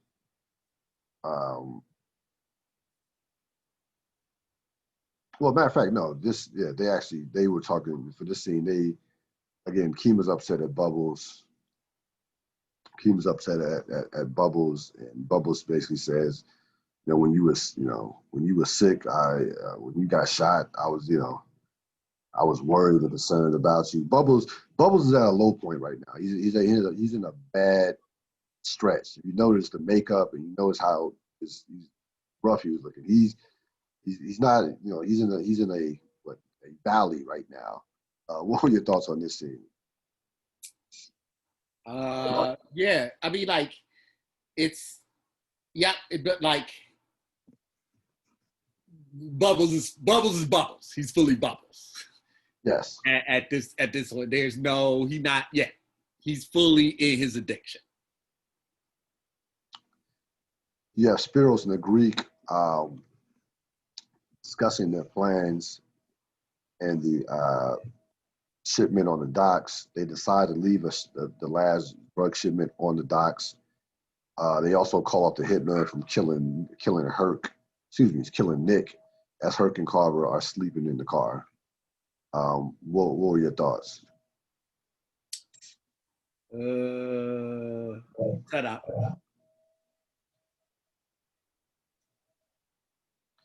Burrell, Daniels, Perlman, and you have Burrell, Daniels, Perlman, the FBI, and Rawls. They get an update of the Sabaka case. The bodies have yet to be cleared, and Daniels then finds out that Nick Sabaka has turned himself in.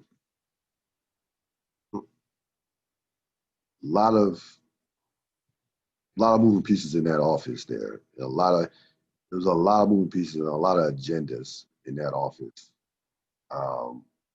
with all those particular groups. What were your thoughts? Wait, describe the scene again. This is Burrell, Daniels, Perlman, the FBI, and Rawls. Yeah. Getting the update on the Sabaka case. And the bodies, Rawls is complaining because his bodies have not been cleared yet. Right. And then Daniels finds out over a phone call that Nick Sabaka has turned himself in. Yeah. Okay. Got it. Yeah. Okay. So that's the one I wanted. There was a previous scene I want to connect to this one that was building up to it, to where the other stuff, everything that can be wrapped up is being wrapped up except for the bodies. And I think because we were talking about Bunk and the body. Oh yeah, the other headless body. So that was getting us. That was reminding us and getting us geared up. Like, oh, there's still this one last piece of information that we gotta get to. And so then this scene is confirming that. Like, lots of different things have been tied up, but we still need to think about these 11 bodies that kind of started this whole thing off. 13 bodies. So you have Bubbles, Johnny, Kima, McNulty basically start to give us some more insight to season 3. They tell Kima not tell. They tell Kima and McNulty that Muzone shot Cheese, and they mentioned that they mentioned that you had Eastside selling in the towers. So again, I felt like this was, kind of this was kind of like, well, not even kind of, this was absolutely given, they started looking ahead to season 3 with this particular commentary. Yeah, they're not even looking at it. They're doing a transition. This is a full transition episode from season 2 to season 3. And so, yeah, now they're trying to connect the dots for us. Or connect the dots, yes, that we're supposed to go with. Yeah, the detail in Nick tells them that Frank went to see the Greeks. He finds out that there was no way that Ziggy was going to get out, that Ziggy was going to get out, as Ziggy had signed a statement and put himself in as far as the murder of Double G and wounding the other clerk. And I'm sure more than likely the Greeks knew that as well. They offer Nicky a deal. He gives up the entire Greek organization, including White Mike. He gives them the murder in Philadelphia, and they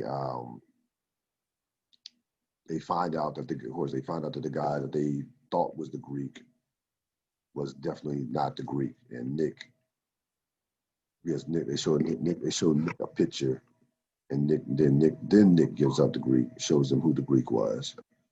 What were your thoughts on Nick taking the deal from the police? From the police?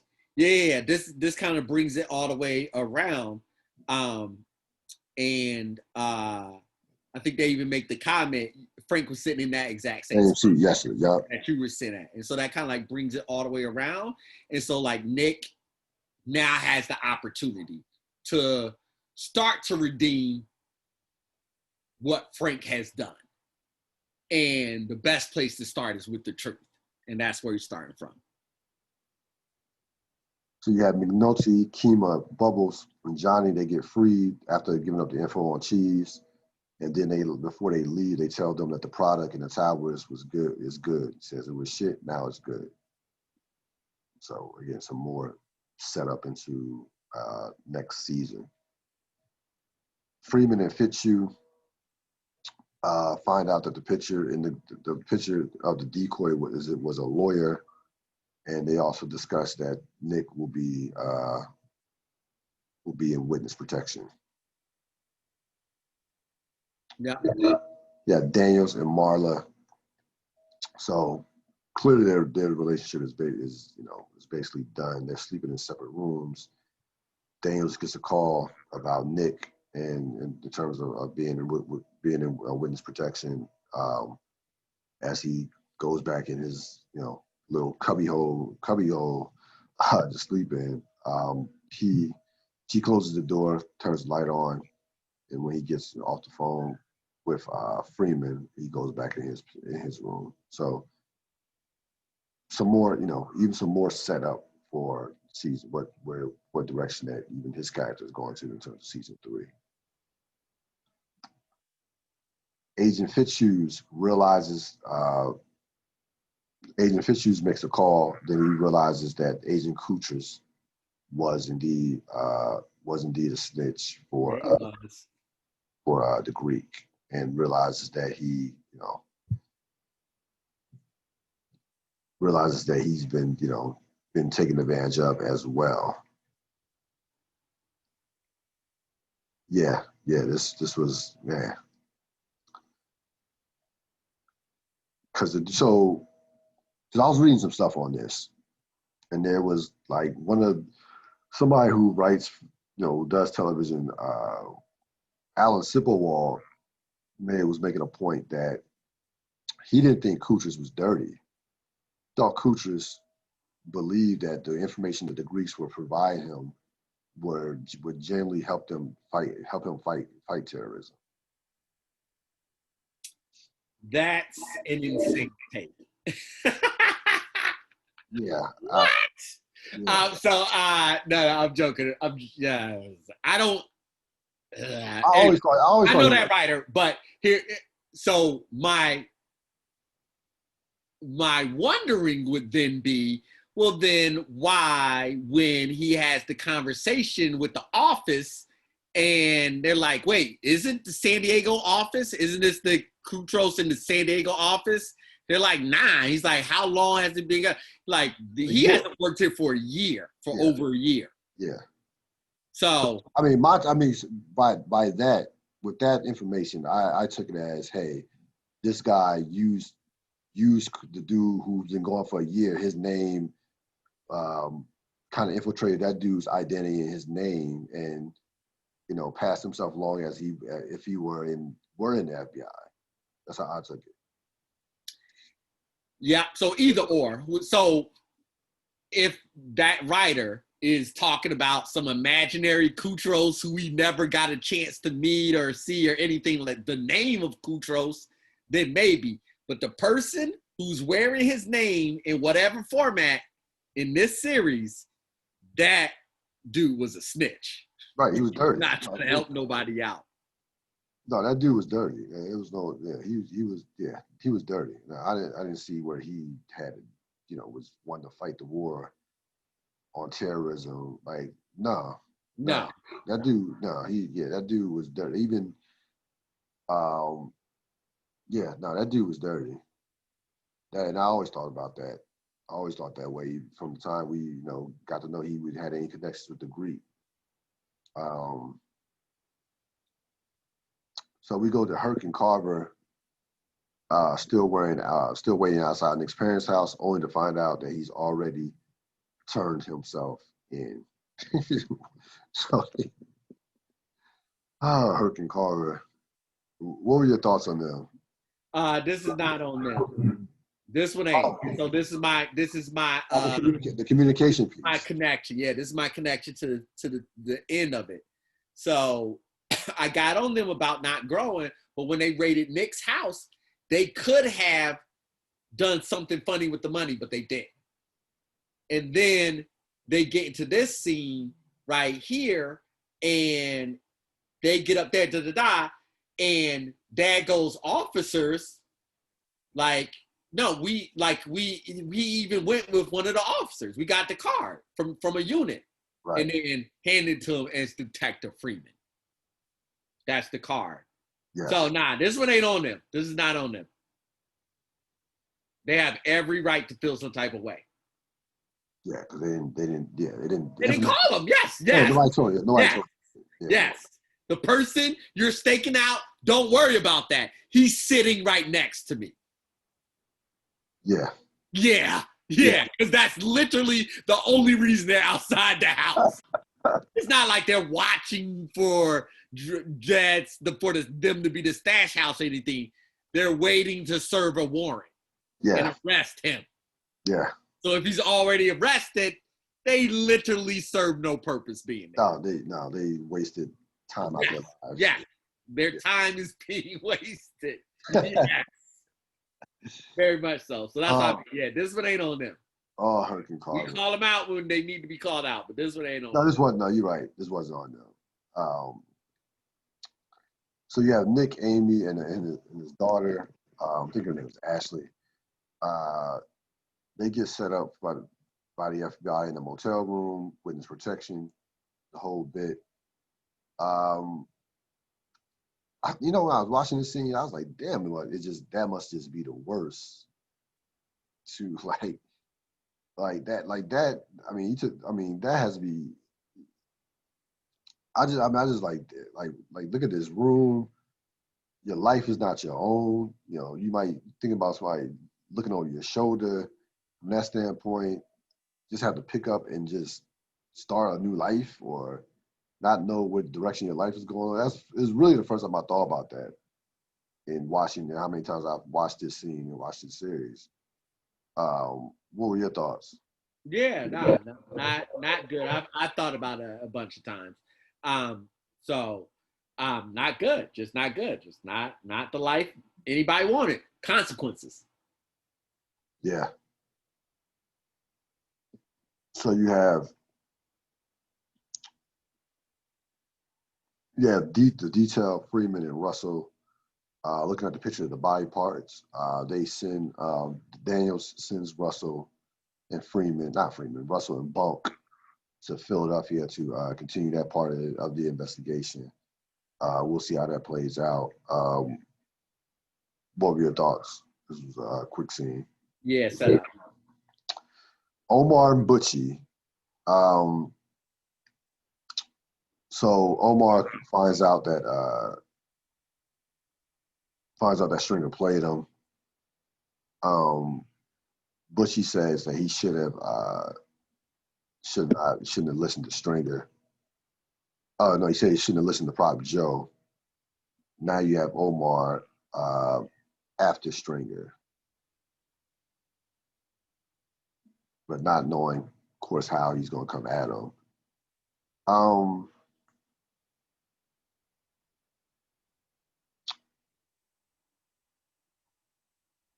I mean, we can almost somewhat half answer that question we had earlier about why was Omar in that room. I mean, he just took bad advice from Butchie.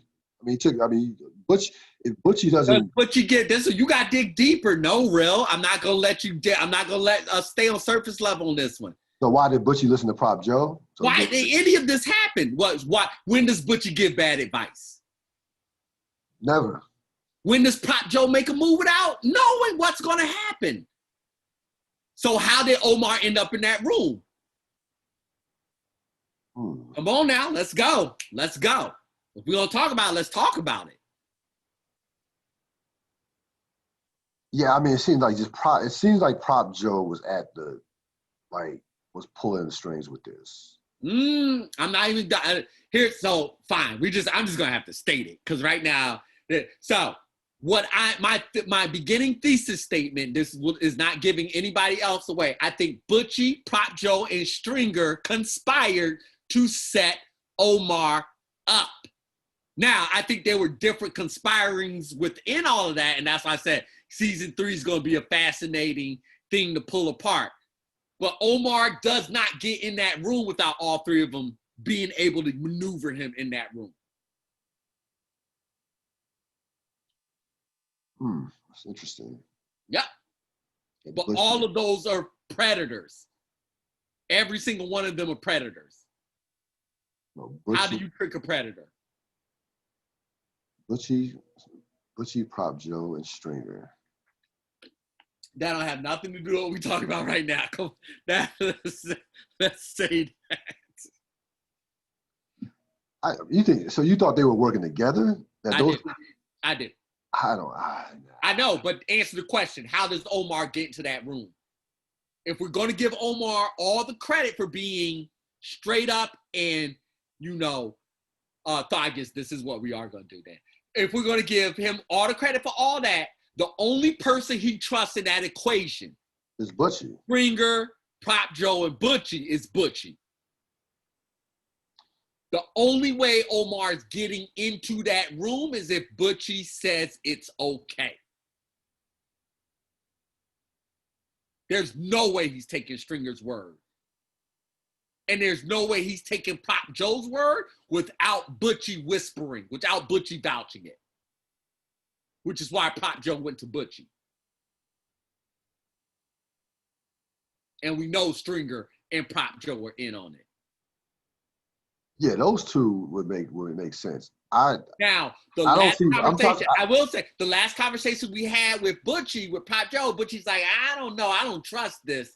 And if this feels to me, these are literally Butchie's words, if this feels to me like it feels now to him, then he's not going to show up. So what changed? Something changed. Now, have we seen it yet? No. I will say I am putting my entire knowledge of The Wire in here right now. Have we seen it yet? No. Which is why I said season 3, we're really going to get a chance to pull it apart because all the things we haven't been, or at least I haven't been looking for, will become obvious for me. But even that last interaction with Butchie was saying he didn't trust them. He was saying he didn't trust what Prop Joe was saying. I mean, I just don't know what Butchie's motivation would be. I know. I agree. So we got some watching to do. We got to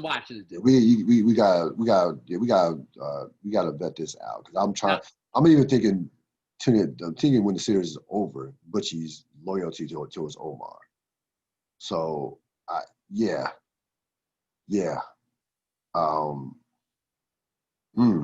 It's interesting. How does Omar get into his room? Because the only other way Omar gets to that room is shitty writing. That's the only other way. Unless there's something I'm not seeing, which I'm willing to go through season 3 on that.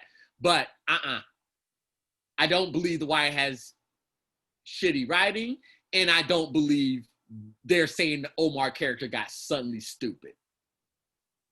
So if you take those two things out of the equation, how does Omar get into that room, Real? See? No, I mean, but it makes sense. I'm saying, so that's it makes sense that Butchie. It makes sense that he. I'm not saying it's definite, but this is now where I'm at and thinking through things. It makes sense that Butchie. It makes sense that he got into that room based off the loyalty of Butchie, and Butchie, that something that Butchie told him got him into that room. My thing is, why would Butchie risk his life, Omar's life, to get it, knowing that Muzone could easily kill him, just as much as he shot Muzone could kill him. Like why would that? Is there a price that Prop Joe and Stringer could offer him to? I mean, for money, I don't know. The whole thing is laid out like that. I think the whole thing is laid out by the end of season 3. So I think just like the show is chess, the characters are chess as well. So you just laid out a very checkers strategy. Nope, not saying that at all. Omar getting into that room is not the end result of the thing. The end result of the thing actually happens. Omar being in that room is the first move. Right.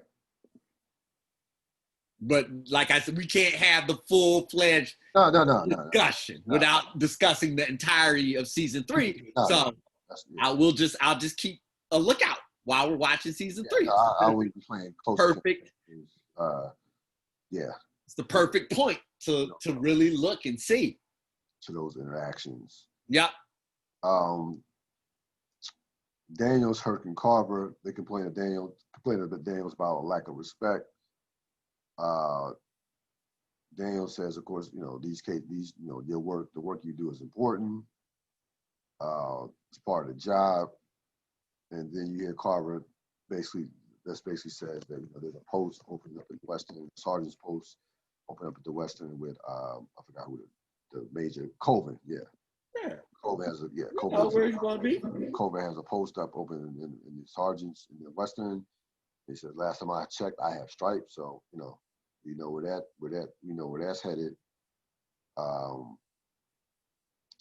What are your thoughts on their complaints to Daniels? Well deserved. This is and they're setting up season 3, but well deserved. That they had the right to complain. On this one, yes, they did. And Daniels he did the horrible supervisor thing or whatever. He should have just said, sorry guys, my fault. He tried to justify it. Yeah, grunt work, as we talked about, all the nitty gritty stuff. Yes, that's valuable police work. You just wasting my time is not valuable police work. No. That's just something you need to say sorry for. So you have Kima McNulty taking picture of East Side dealers, East Side drug dealers settling with West Side. Of course, we know that's going to lead into next season. Bonk and Russell go to Philly and attempting to identify Sergey. It's a setup. We'll see how that plays out over the course of this episode. That we'll find out how that exactly plays out. Kima Cheryl shopping for the baby. Um, Cheryl was looked like seemingly she's about 8 months at this point. She's picking out, looking at little toys. She's into it. Strollers, the whole bit, the whole nine. Kima wants no part of it. Says if a baby can't hold it was like a Blues Clues. She was looking at a Blues Cruise box holder for a sippy cup or something like that. And she said, typical Kima fashion. If a little baby can't hold a drink or whatever, not a drink, but a little box, a cup, a little box, then we got real trouble. And then Cheryl, recognizes that Kima is not into it and says this baby is going to need both of us for the rest of our lives. That may not be real to you, but it's damn sure real to me. Or she said, "Baby, this baby's gonna come out my belly soon." Yeah, that's what she said. It's gonna need us for the rest of our lives. And she said it may not be real to you, but it's damn sure real to me. And she walks away. What are your thoughts? Yeah. This is it's either setting up for next season or putting a period at the end of the sentence. This is the end of their relationship. Yeah, they're kind of in the same boat with Marla and Cedric Daniels. Yep. Which by the way shouldn't be surprising considering that they both chose police work over their respective relationships at the beginning of this season. So they're both in the same boat from basically because of similar choices. Nick, and the daughter, Ashley. Amy's asking Nick about his future. And I know a lot of you men have been there, done that as far as when your woman is talking to you, you just ignore her and pretend to watch cartoons with your daughter. That's basically what Nick did. Tune her out and just continue to watch cartoons with his daughter. And I felt Nick. I'm like, yo, I felt him not answering. Like, I don't know about our future. I'm trying to live. I don't know. I might be dead tomorrow. Like, I don't know what the future looks like. I literally don't know. So rather than just curse you out in front of our daughter, I'm just not gonna say anything. So I felt Nick in this scene, just not responding because I don't know. Yeah, he was also the one dealing drugs. He was no. This is true. He's the reason why they're in that prediction. Yeah.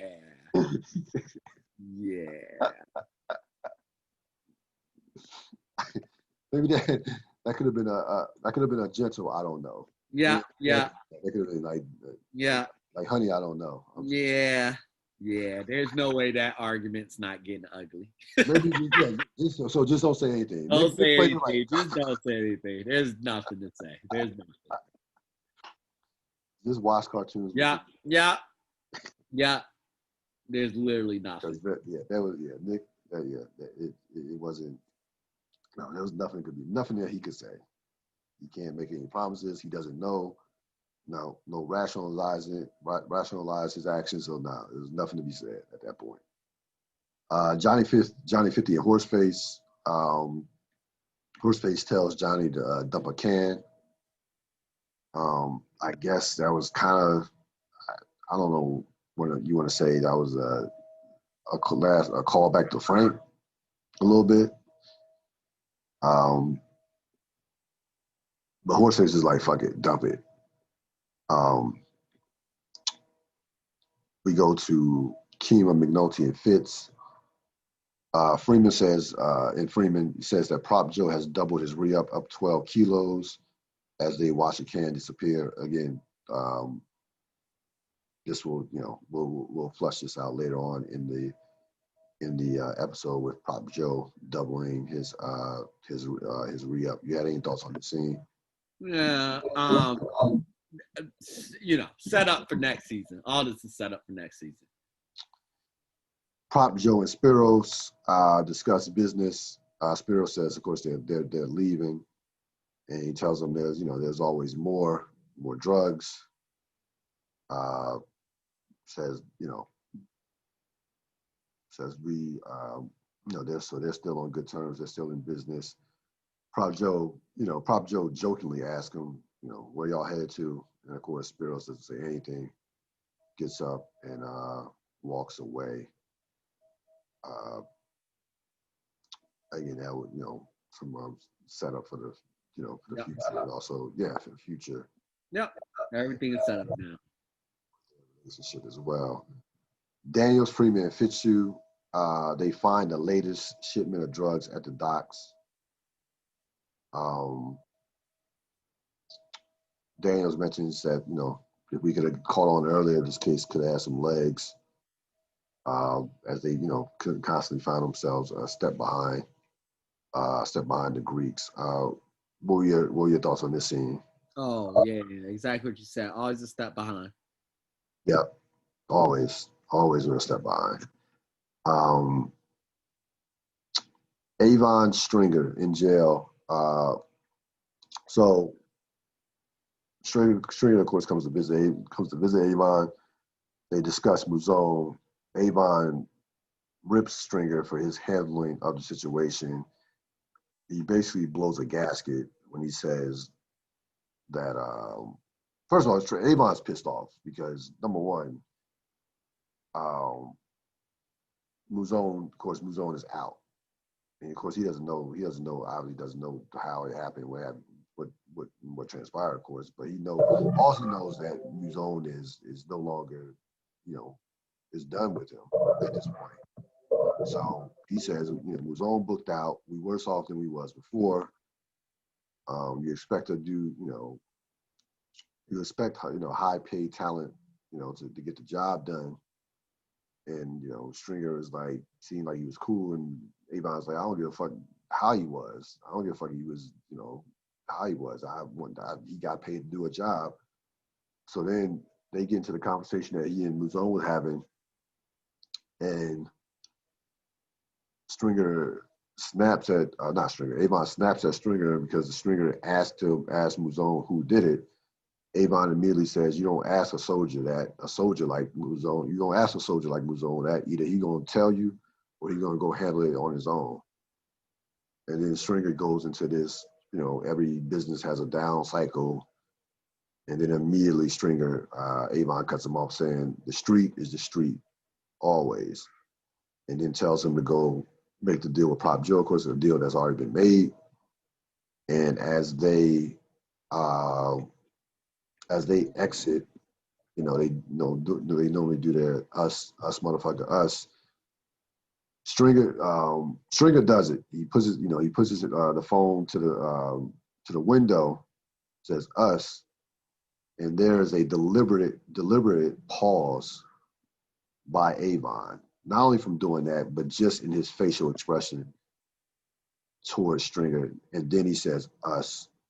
What are your thoughts about the scene, and what were your thoughts about that last pause with Avon? What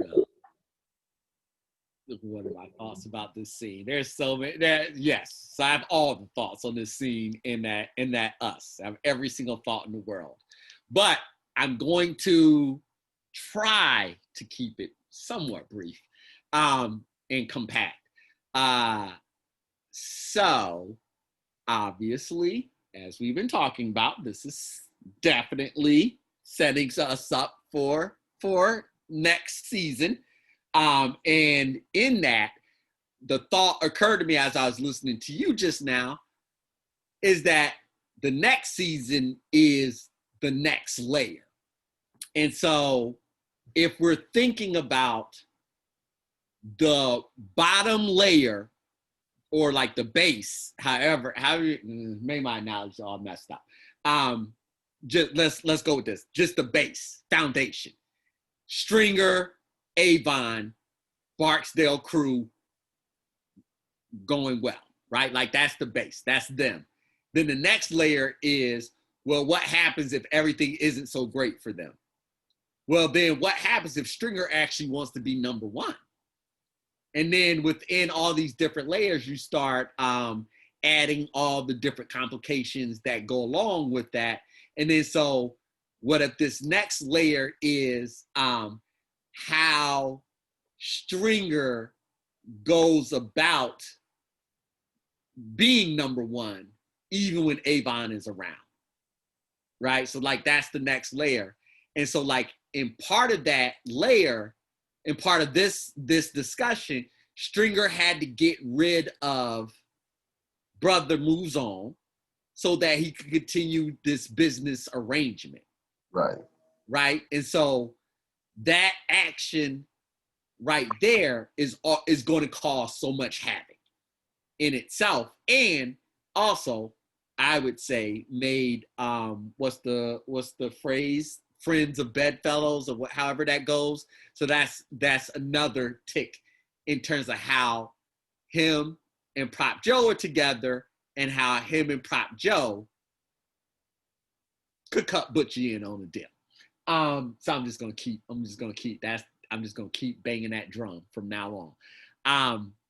And so with that being said, my only new-ish thought was that last Us when Avon does it like he does, pause like you said, barely hits the window, everything like that. Does he know that Stringer did this? How much of him suspects Stringer's either involvement in this or incompetence in this? I would lean towards incompetence. I agree with that. I would lean towards incompetence because I feel like Avon, unlike Stringer, Avon is not about finessing. Avon is going to tell you what's on his mind. He felt like Stringer was running some game or doing some slick shit. I think that he would have just outright came out and said it. And plus, Avon still doesn't know what's going on, because he says, I mentioned this. He says, go make the deal with Prop Joe. Well, that deal was made weeks ago. Yeah. Avon is still kind of. Yeah. No. I suspects, not that he knows. Of course, he doesn't know anything. But I agree with you. He probably thinks it's more incompetence what happened to brother than anything. You said something at the very end just now. Oh, but I forgot. We'll pick that back up later. I also think that he says, run it how you see fit.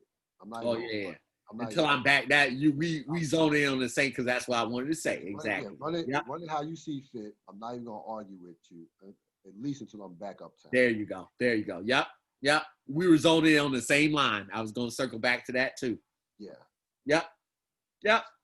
So yeah, you got it for now. You number one for now. Yeah. Still, you hold you until I get Yeah. back. Yeah. That's yep. After that was a powerful statement. That was a very powerful statement. Because it's like, yo, this is not a partnership. You are like we're partners, but there's a hierarchy. I'm still the top dog. I'm still Avon. You're still like my number two. Yeah. So that's what that was. Yeah. Even through these bars. Yeah. Great scene. Love the scene. Though anytime when those two have that type of scene, and certainly just wait for season 3. They'll share those scenes. So we have the detail fits the FBI and Russell. They see Sergey on the video in Philly, and they see Sergey on the video in Philly. That video, of course, showed the guy that they caught and killed in episode 2. The one that ended up dying in episode 2. They didn't kill him. The Greek killed him, slicing his throat. And that was the guy, who they ended up matching up with the body parts. So they have Sergey dead to rights. What are your thoughts on that, on this scene? Yeah. This is closing up the the murders. And so I really liked it because that was important to tie up and to see how that happened. Yeah. Stringer, Prop Joe. Prop Joe gives Stringer an update on the re-up. Yep. And as Kima and McNulty take pictures. Yep. And of course, we will see, season 3. Yep. See that is a season. That is for season 3. Johnny 50, Nat, stevedores, the FBI threatens the union. Says basically, select new officers, or we're gonna shut you down, or we're gonna, take it over.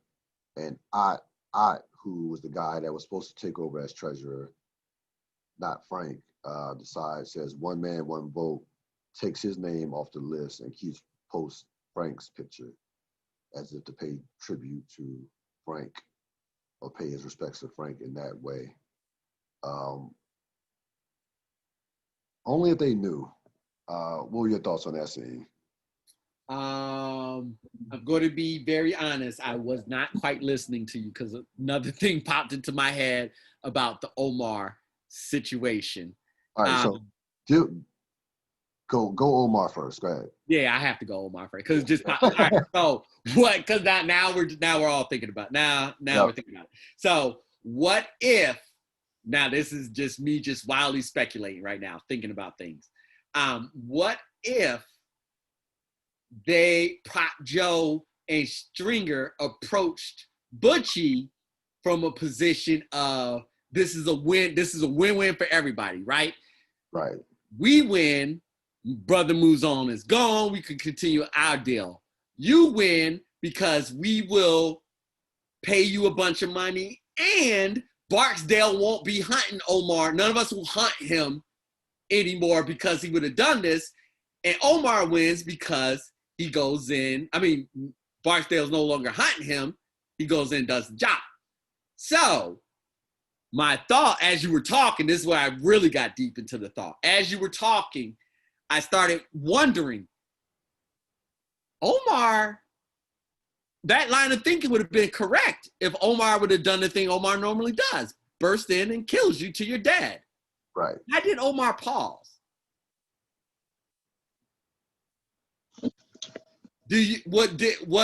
So that's where I stopped. And I was just like, oh, I gotta listen. So Omar shoots Muzon, shoots him. And Omar, of course, we know is a killer, so he knows how he knows that shot was not going to kill him. So that's why he says, we got time. Right through. He said, right through. Went right through, and we got time. And Muzon says, no longer. He said, no longer to. Muzon says, don't prolong this. Just get it over with. Yeah. But Omar's like, we got time. So the pause to. So I get a sense. I get a sense with these two dudes. Like RIL recognizes RIL. Like you're talking about two killers. You're talking about two dudes who are efficient and who are authentic in their actions and what they do. So when Muzon wasn't begging for his life at all, not in the least bit. Muzon, look, this is not my style. But your boy, this is not my style. You got some bad information. But if you're gonna do what you're gonna do, then let's get it over with. I'm at peace. Yeah, no. I mean, like, you got shot. Like, that's what happened with Muzon. I get that. I'm thinking about like how trying to answer my own question. How did Omar end up in that room? Could it be that Omar needed to verify with Muzon? And that was the only way he could think to get in there. And so in that type of mindset, then that takes Butchie out the equation, because then Butchie doesn't have to try that hard. All Butchie has to do is suggest or let him know. So you feel like you think that? I mean, after me. you Go feel ahead, like sorry. Omar needed to speak to Muzone to get the To full verify to verify whether or not that Stringer was full of it. Yeah, yeah, He needed to have that type of recognition. That yeah. takes Butchie off the hook. Then it can just squarely lie with Stringer and Prop Joe. Yeah, I mean, because I'm started like Because I agree with you. Like the whole flaw in everything is not whole flaw, but I agree with your sentiment with Butchie and think about Butchie. And I've always agreed with that. And so even as I was thinking about this, I was like, it doesn't make sense to me that Butchie's involved, but then it also doesn't make sense to me that Omar's in that room. Like neither of those two things make sense to me. So the only way to get Omar into that room would be with Butchie's involvement. So that's how I got on that one. But now I'm thinking Omar put himself in that room so that he could look Muzon in the eye. Like that's part of the code or something. Anyways, like I said, it was a thought I was thinking right in this moment. So I haven't flushed it out. But that takes Butchie out of the equation. That would take Butchie off the hook. So, anyways, we still have all the season 3. That just now it's all the. I mean, anything like for real, anything is possible when you're dealing with Prop Joe, Stringer, and Butchie. Those are 3 manipulators. Those are 3 people that understand the game. Well, and also Omar and Brother. And because Brother, by not accepting the fee, he's saying very clearly something was up. Yeah. Yeah. So that's a manipulation on its own. You mean when Butchie, not Butchie, when Muzon just says, I'm good, Stringer. Yeah, when he says good with you, everything. Right. Yeah. Nah, you can keep your money. Yeah, keep your money and I'll take care of them. Yeah. All of that was manipulation. Because he could have Stringer would have been happy to pay him. Absolutely. Yeah, no. He could have easily taken the money. Right. Right. But he's not just worried about Stringer. He wants word to get back to Avon, get back to other people out there in the community of drug. So to this high-end drug dealing. To your point, to this end too, we bring something up. You mentioned Avon's name. He might have felt like, all right, Stringer fucked me over, but he definitely wants before he takes any action, he definitely wants Avon. He wants to vet it out before he does anything through Avon. He wants Avon to know. So I definitely think he wanted to have a conversation with Avon. Like I don't think he was going to take any action before that. He's definitely playing a long game from that standpoint. I mean, yes, definitely, definitely that. But I also think that there's some type of honor code in it where he needed to know that it was Stringer. Right. And Brother was the one that was going to give him that most direct access. All right, you want to give me your MVPs real quick? Yeah, I'll give you my MVPs of this episode.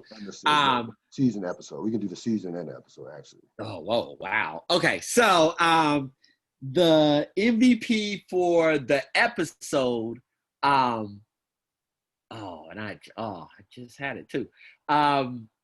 We started talking about Omar so much. The MVP for the episode is Freeman. Sorry. He single-handedly brought in the homicides. He was the one that initially noticed on the wire, no heads, no face. He's the one who started calling around, and that line led them to Philadelphia, and then they go to Philadelphia and yada, yada, yada. So Freeman's my MVP for that reason, more in the traditional MVP sense. And my Chardine award is Michael K. Williams. I had the Greeks, and I had Brother Mouzone for Chardine. Oh, that's right. Yes. Nope. I agree. Switch. Yep. Mouzone. That face on the floor after he shot and that whole conversation. Yep. Nope. Yep. And for the season, I had Frank Sabaka, and I had Chardine. I had Ziggy. Yeah. Yeah. Yeah. Yeah. So Ziggy is my MVP. Period. Okay. For the season? And oh yeah, this is the Ziggy season. Come on now. Yeah, that's not shocking. That's not even a thing. And I'll probably go like if I'm doing like the Chardine award, then I want to keep it in that space of just like an actor who's not normally recognized, but who did like a consistently fantastic job on the show. And I'm gonna go to our boy that we were having an argument over, but every single time he came on the scene, the fourth Sabaka, the brother. Lou? Yeah. Okay. Every single time he came on the scene. Yeah. Oh, you know what? Pause. Not Lou. You talking about? No, I have to go to another level because I was going to try to relate him to like Omar with even limited scenes. Sorry, it's Brother Mouzone. Mouzone. It's Mouzone. I don't know. I forgot. I don't know. I think I was already overthinking to season 3, attaching Mouzone to season 3. It's Mouzone. That's the Chardine award. Every scene he's in, he destroyed. No, he did. I guess not. That's not even. Shouldn't have even been a contest. He did. Well, we made it through season 2. Yeah. We will check everybody out next time for season 3, time after time. And I'll give my thoughts on season 3 when we open it up, on my overall thoughts in terms of it going, the introduction part, because it is basically my favorite season to watch. It really is. I'm not saying it's the best, but I'm saying it's my favorite season to watch. It is tremendous to watch everything unfold. It is tremendous. And the introduction of new characters is phenomenal.